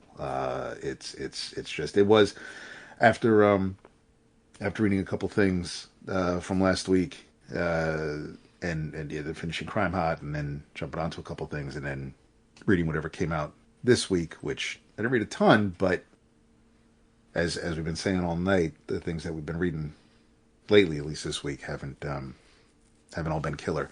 This this put a smile on my face. I like Chris's portrayal of Alfred. I like the way he renders the butler. It's a neat. I don't want to say that too often. I really did just seeing Alfred get irate at Bruce and Bruce trying to come to grips with how to raise a kid, especially with the social worker ready to knock on the door at any given moment to make sure everything's above board. It's a lot of fun. It's a shame this series didn't start earlier in the year. I mean, we've got 10 slots. I don't know if this will be one of them, but there's always next year, so I'm not sweating it. But it's been a great story so far, and the third issue is just keeping that train rolling. I'm so enjoying this series. Nice. Somni's a big Toth fan, huh? He has to be, because I'm looking at these pages and I'm like, damn, learn from a very, very good source. 100%. Yeah. It looks great. So good. Well, I mean, that's almost redundant. Yeah, Somni looks great. Duh. Like, yeah. Derp. Water's wet. Yeah. All right. This kind of was instigated by Blue Sky of all things, because there's a what do you call it, Dap? A practice, a thread, a trend. There's a trend on Blue Sky called Book Sky, and you post 20 books that either influenced you or stuck with you. No copy, no review, no reasons why. You just post the cover of the book, the title of the book. And I found that thread really interesting to the point where I continued past 20. And the last one I posted was The Dark Tower, The Gunslinger, because I love that book. I love it. And after I posted, I'm like, what? So I have a lot of stacks down here in the recording area of books that I'm going to be either getting rid of, putting up on eBay, blah, blah, blah. And one of them was the very first book of Marvel's attempt at chronicling The Dark Tower, which is The Gunslinger Born. And I read it. And it not only reinforced the fact that I really do love the whole Dark Tower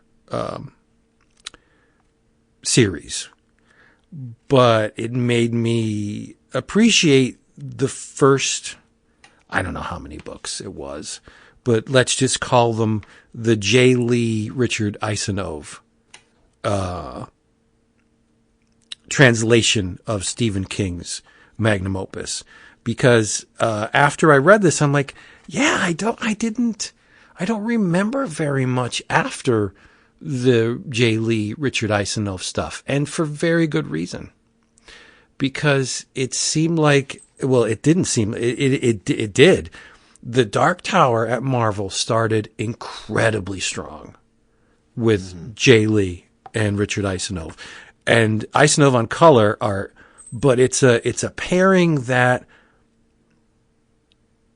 each brings a very significant thing to the table.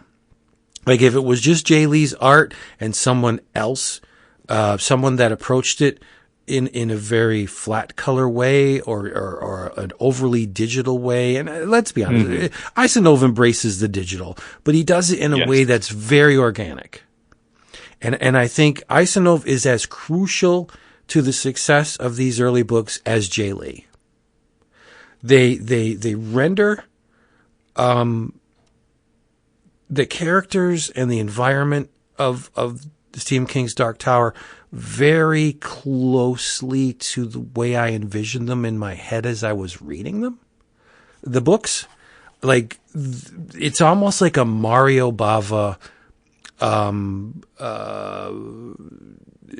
way of delineating scenes, where each scene, like with the gel lighting that Mario Bava used, and Dario Argento does it too, where he'll highlight scenes with a very specific color.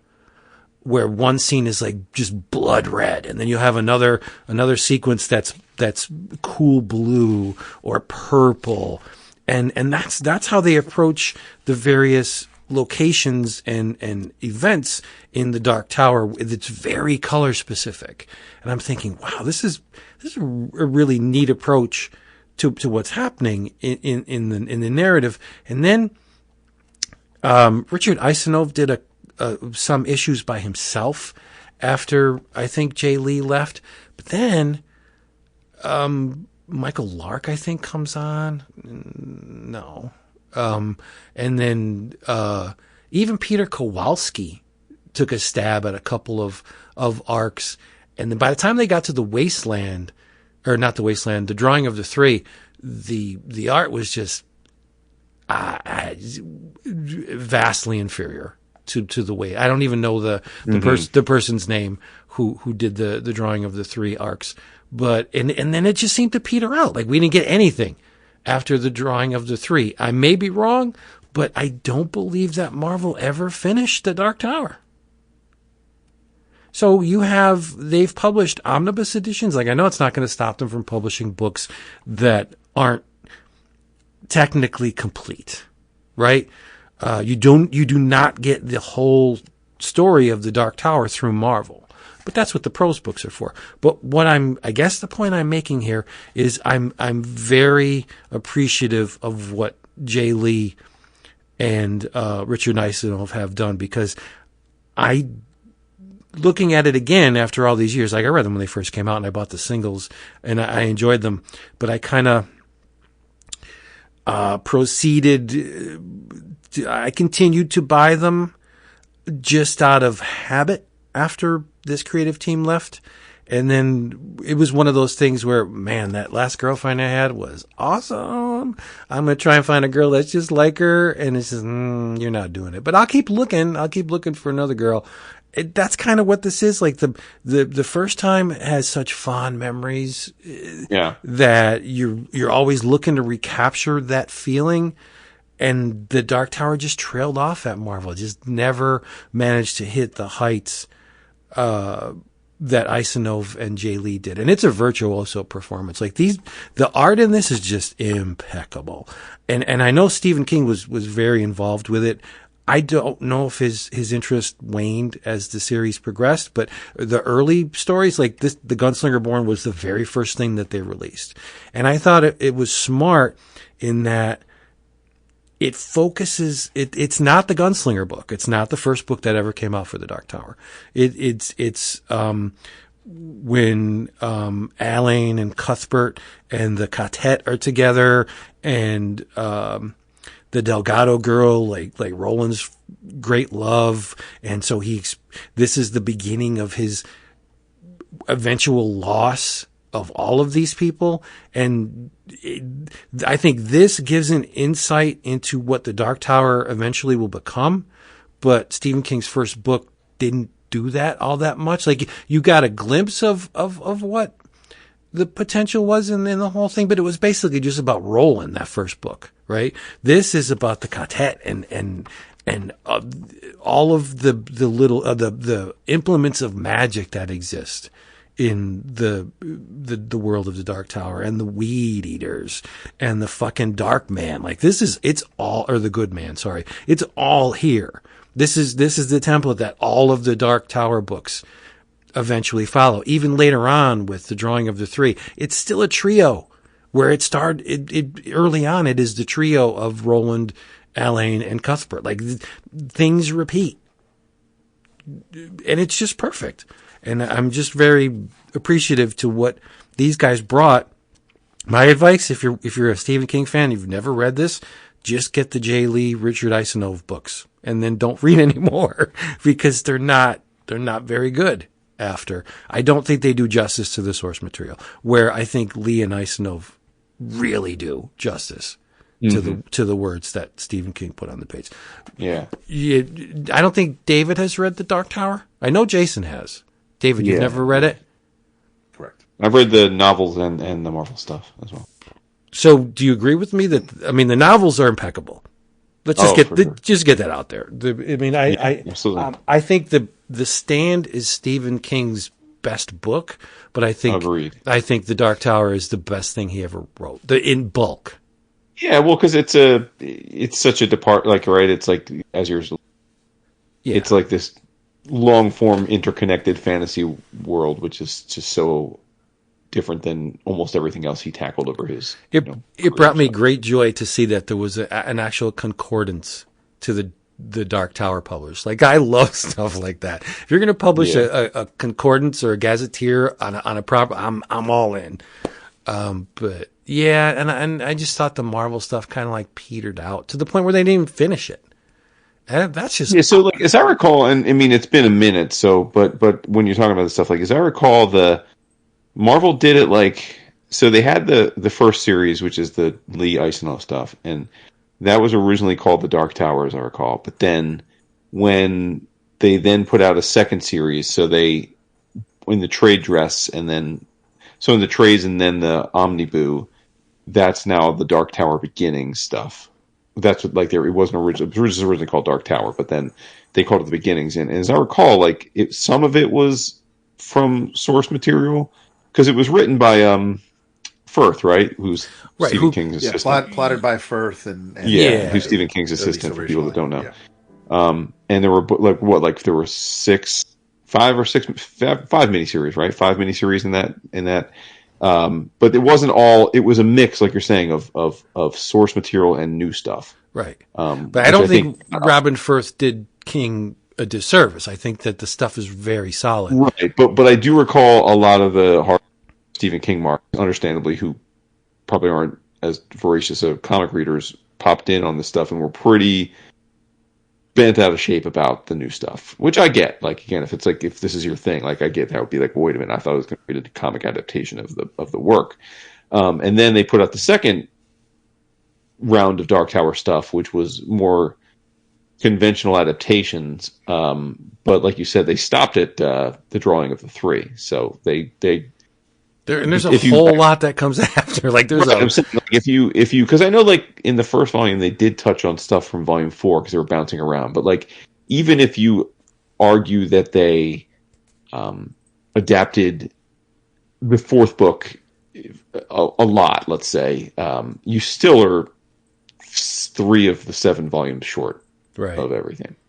So it's at most they adapted like 55-60% of the series, and that's being generous, I think. So, which is sad, right? It is. I don't remember when because there was a time when King was super tight with Marvel because they were doing this stuff, and then they did the Stand. They adapted the entire Stand with Mike Perkins doing a lot of the art, maybe all the art. Which, as you know, is one of my 5 favorite books of all time. So he was like pretty heavily with Marvel for a long time, but. Yeah, that all stopped. So. When they were doing those, the Bonelli books, right? Marvel was publishing like the Orson Scott Card stuff, the Ender's Game. Oh yeah, the Dabble Brothers stuff too. Oh, that's what that's what it was. The Dabble Brothers. Yeah, Dabble Brothers. Yeah. Because they were doing some of the George R.R. Martin stuff before. Right. Part of the Game of Thrones. Oh, that's right. Yeah, that's series, right. Yeah. I forgot about that. And then that all went away. It's like, yeah. There you go. And such is the way of things, I guess. That is the way of publishing, right? Yeah, and there's a lot of flavors of the Eisenhower Lee stuff you can get there. There's been a couple omnibus editions. There was individual hardcovers. There's a singles. I think there were even paperback editions of them at one point, like omnibus paperback editions. So and they vary in price. You can still get them for relatively cheap if you can find them.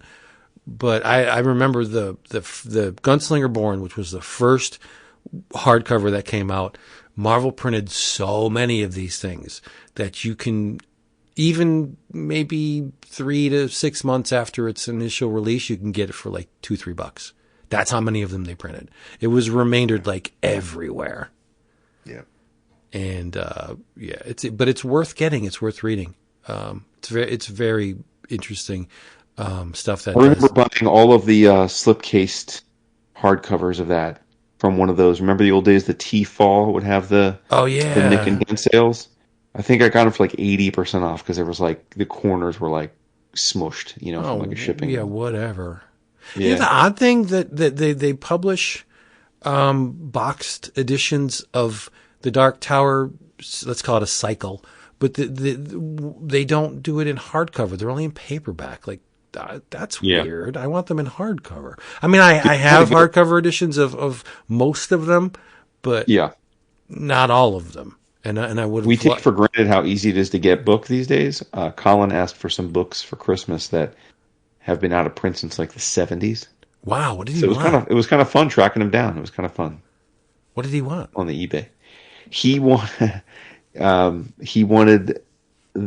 hardcover volumes of the collected of Vladimir Lenin. Okay. And you might think like, well, yeah, that's probably not much of a modern market for that. Yeah, I was gonna say I don't have that. So you could you could go on Amazon right now and buy them. Like they have them in paperback, probably for history, for poli-sci, stuff or whatever. Yeah. Which, but the hardcovers, it was like an encyclopedia. He put out, I think it was over 50 volumes of his collected works in, originally. And yeah, they're like the stuff of rare books now. You have to, right. But I found a guy on eBay selling the first 3 volumes and they're beat to shit, but I think he'll actually love them even more because me too. I would appreciate them more too. Yeah. And they were still expensive even that way. Like the guy wanted like $200 for the 3, which was way cheaper than anywhere else I found them, and that's because they were pretty beaten up. But he had like one of those, make me an offer, and I offered him $100, and then he countered for $150, and I said, "How about $120?" He said yes.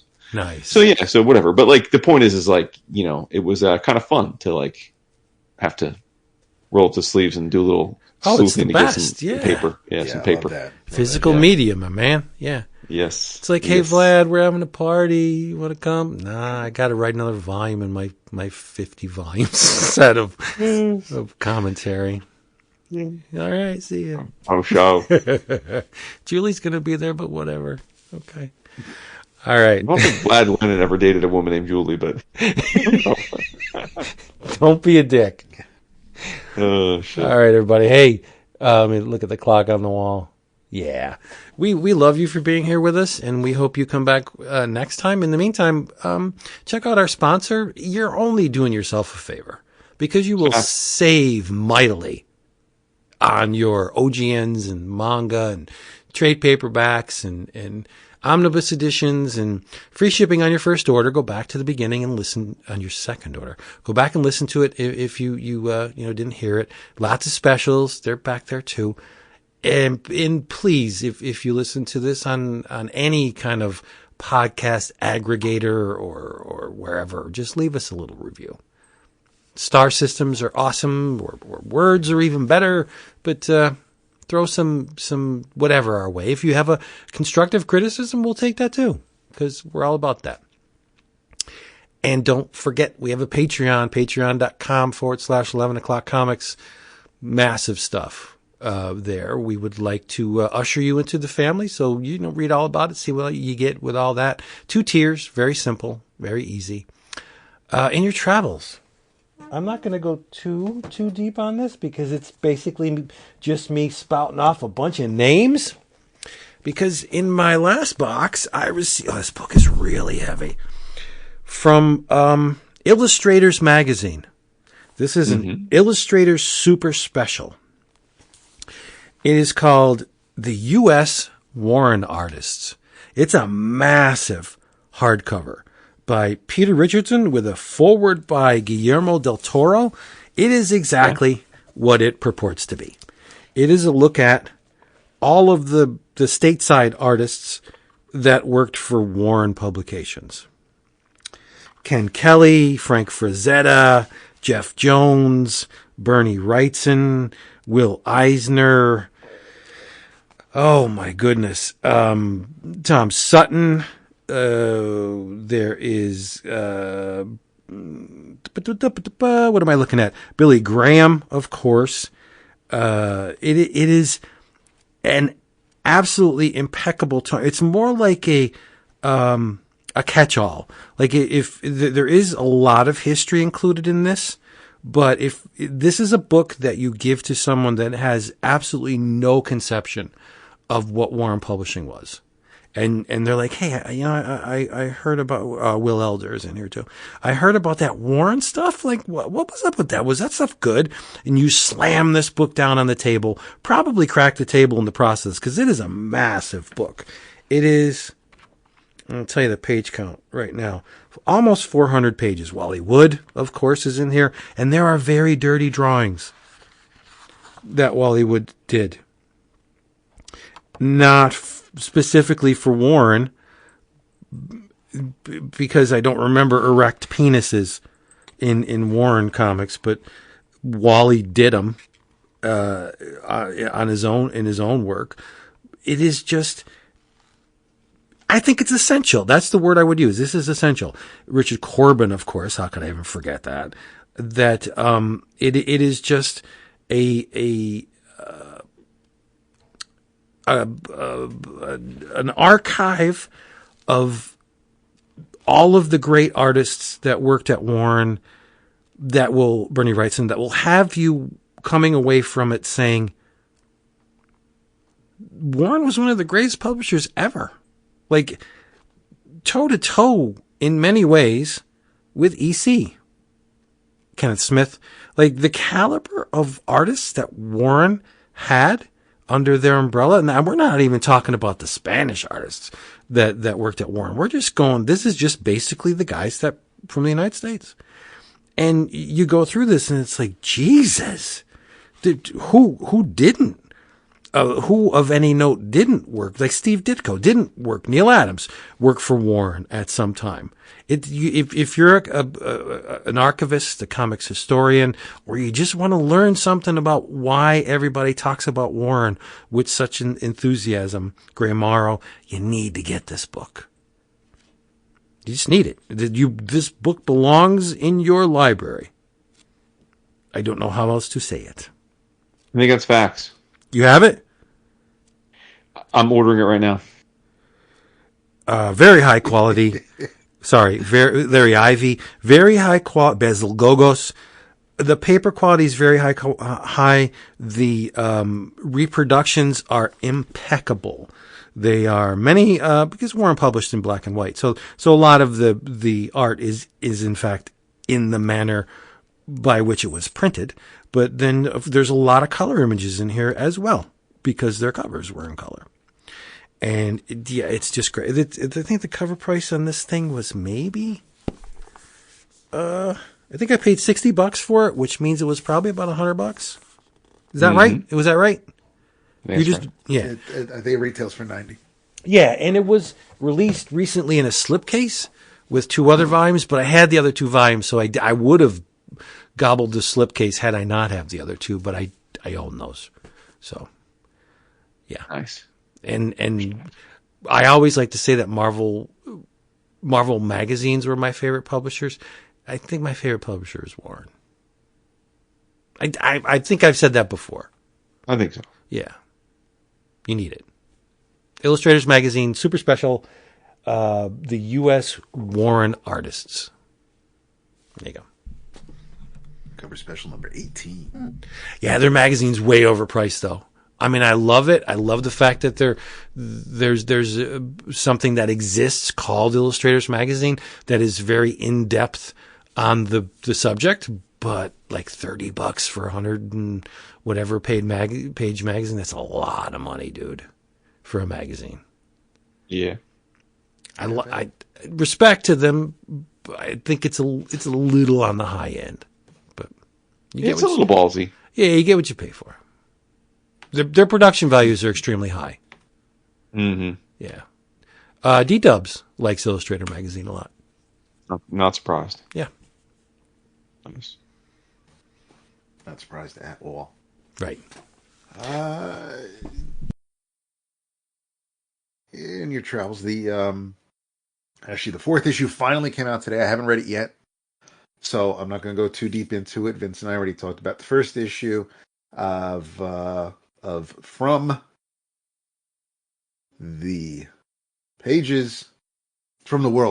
World of Minor Threats, Barfly by Kyle Starks and Ryan Brown. Since we started the show off, I figured I'd end it with it. And plotting by Patton Oswalt and Jordan Bloom.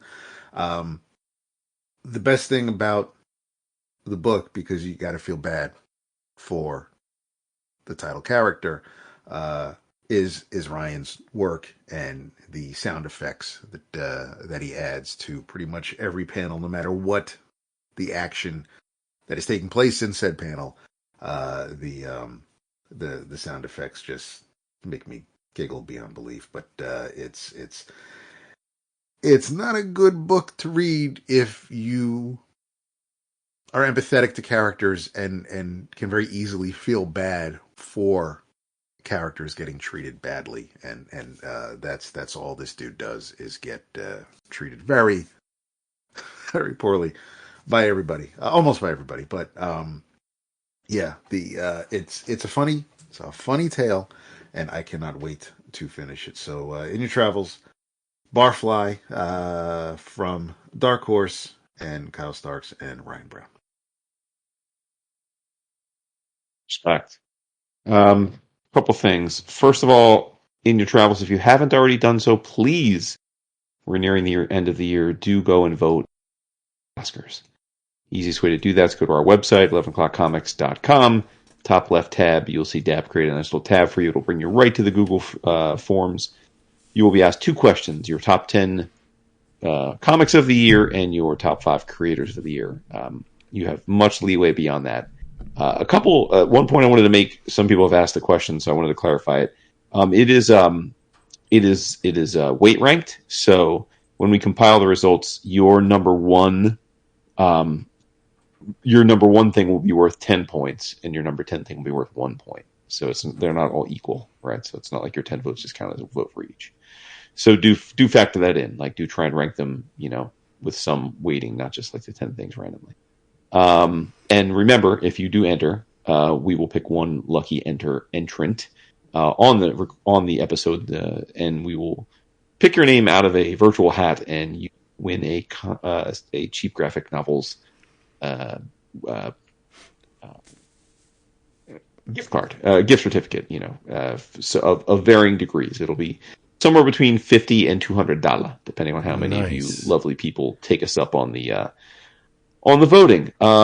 Would you like to know, Vince and Dap, offhand, what the current top 5 books are in the meta list that I compile each year? What do you mean? Like, you scan the entries? I do the meta list, right, where I take all of the best of lists that come up that have any credibility, and I compile. Yeah, I know. People love that. Vince doesn't like it, but everyone else knows. But would you like to know? Because we're about probably halfway through, I would say, the sites that I use reporting their lists. I'm going to guess Charles Burns. Well, that's not the name of the book. Yeah. That's the name of the creator. Yeah, Final Cut is definitely Final Cut. Top 5. Final Cut is number 1. Dan Klaus. Monica. Yeah. Wait, what book? Monica. That was last year. Was it really? Yes, it was my choice last year for. Holy shit! That's right. Yeah. So no, that's not on here. Boy. I think you're going to struggle to get the others. Okay then. Power Fantasy. What? Wow. Yeah. Transformers. Okay. Ultimate Spider-Man. Okay. Wow. Yeah. Yeah, very surprised. And the number 5 book right now is Sunday. What is it? Sundown? Sunday. Oh, Sunday. Nice. I got that. I didn't read it yet. I'm going to. Yes. So. But the list is going to change a lot, especially because one of the biggest enjoy reading the most is TCJ's, and that's like always got like 100 different books on it because they have lots of different contributors weigh in. So, but right now the list, which you can get on the Facebook or the Slack, I keep it updated. I just updated it today. We have 183 different books making some best of list some credible best of list, and yeah, so and that will probably grow to about 250 to 300 books by the end of it. So there you have it. Now, Nice. a book in your travels, a book that I don't think will make the list, although I was hoping it would before I read it, is from our good friends at Fantagraphics, and that is Milo Manara's Caravaggio. Now, this is another good, not great, because objectively speaking, it is a very good book. But it's not great to me because I guess based on all of the other Milo Manara collections that I've purchased in English translation, mostly through Fantagraphics, I'm getting more of the sexy time. This book is pretty light on the sexy time, which again, maybe that's not fair to hold it against it, but I guess one of the things I love about Manara is he likes to do the dirty stuff. And as it turns out, and I didn't know this until I read the foreword of this book, the Renaissance artist Caravaggio is Milo Manara's favorite artist and his muse, or his inspiration. Caravaggio's actual name was Michelangelo Merisi, and this is a Manara adaptation of Caravaggio's life in, as he was a up and coming artist. And like I said, it looks beautiful. Manara's a beast. The pages are mostly drawn and rendered in a Renaissance painting style, which is obviously no easy feat. So visually, it's an achievement for sure.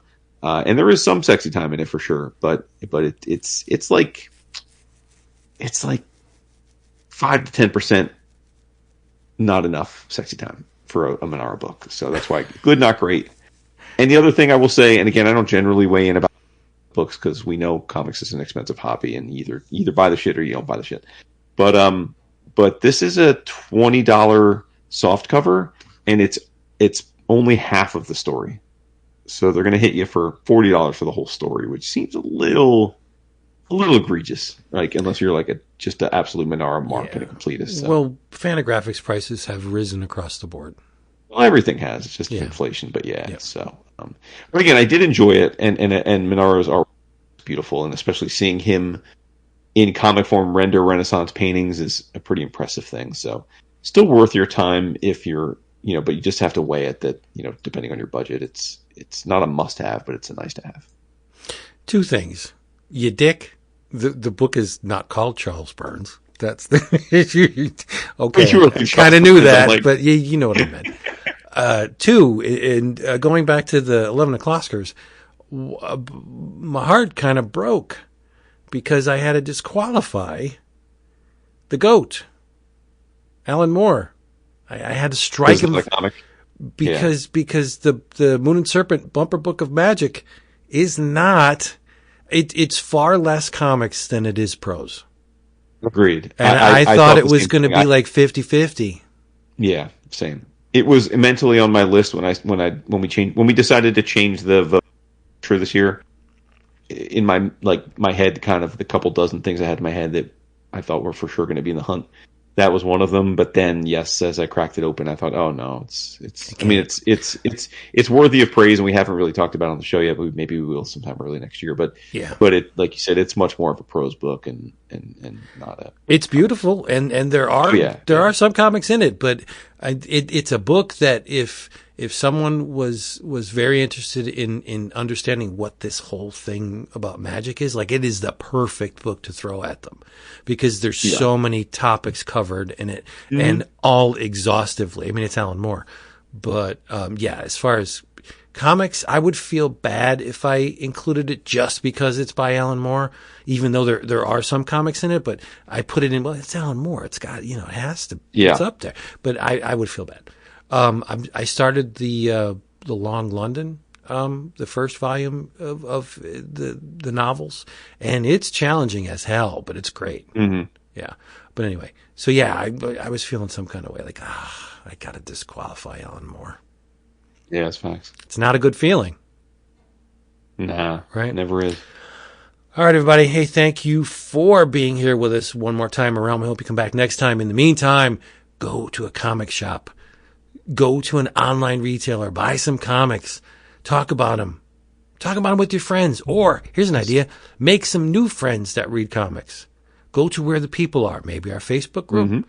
Maybe the Blue Sky. Maybe, the Slack, wherever you want to go. and just talk about comics because they're the best thing ever. And also Merry Christmas and Happy Hanukkah, because like we said at the beginning of the show, our next episode will be on the 26th, which will be the day after Christmas and the day after the start of Hanukkah, which is mad late this year. Very late. Yeah. So, if you celebrate either, much love to you and happy holidays. Yep. Happy holidays. Hope Santa brings you everything you want. And some stuff you didn't know you wanted, and then you found out after you got it that, like, wow, I needed this. I didn't know it. Yep. Thank you for buying me this. And we've got one more episode this year, and then 2025, bitches. Which will lead to our 1,000th episode. Oh, Nelly. Yep, now we're done. Now we're fucking done. Going out in style. Thank God. All right, everybody. Done with you, Jamokes. Do what everyone in the streets does, and they say good night.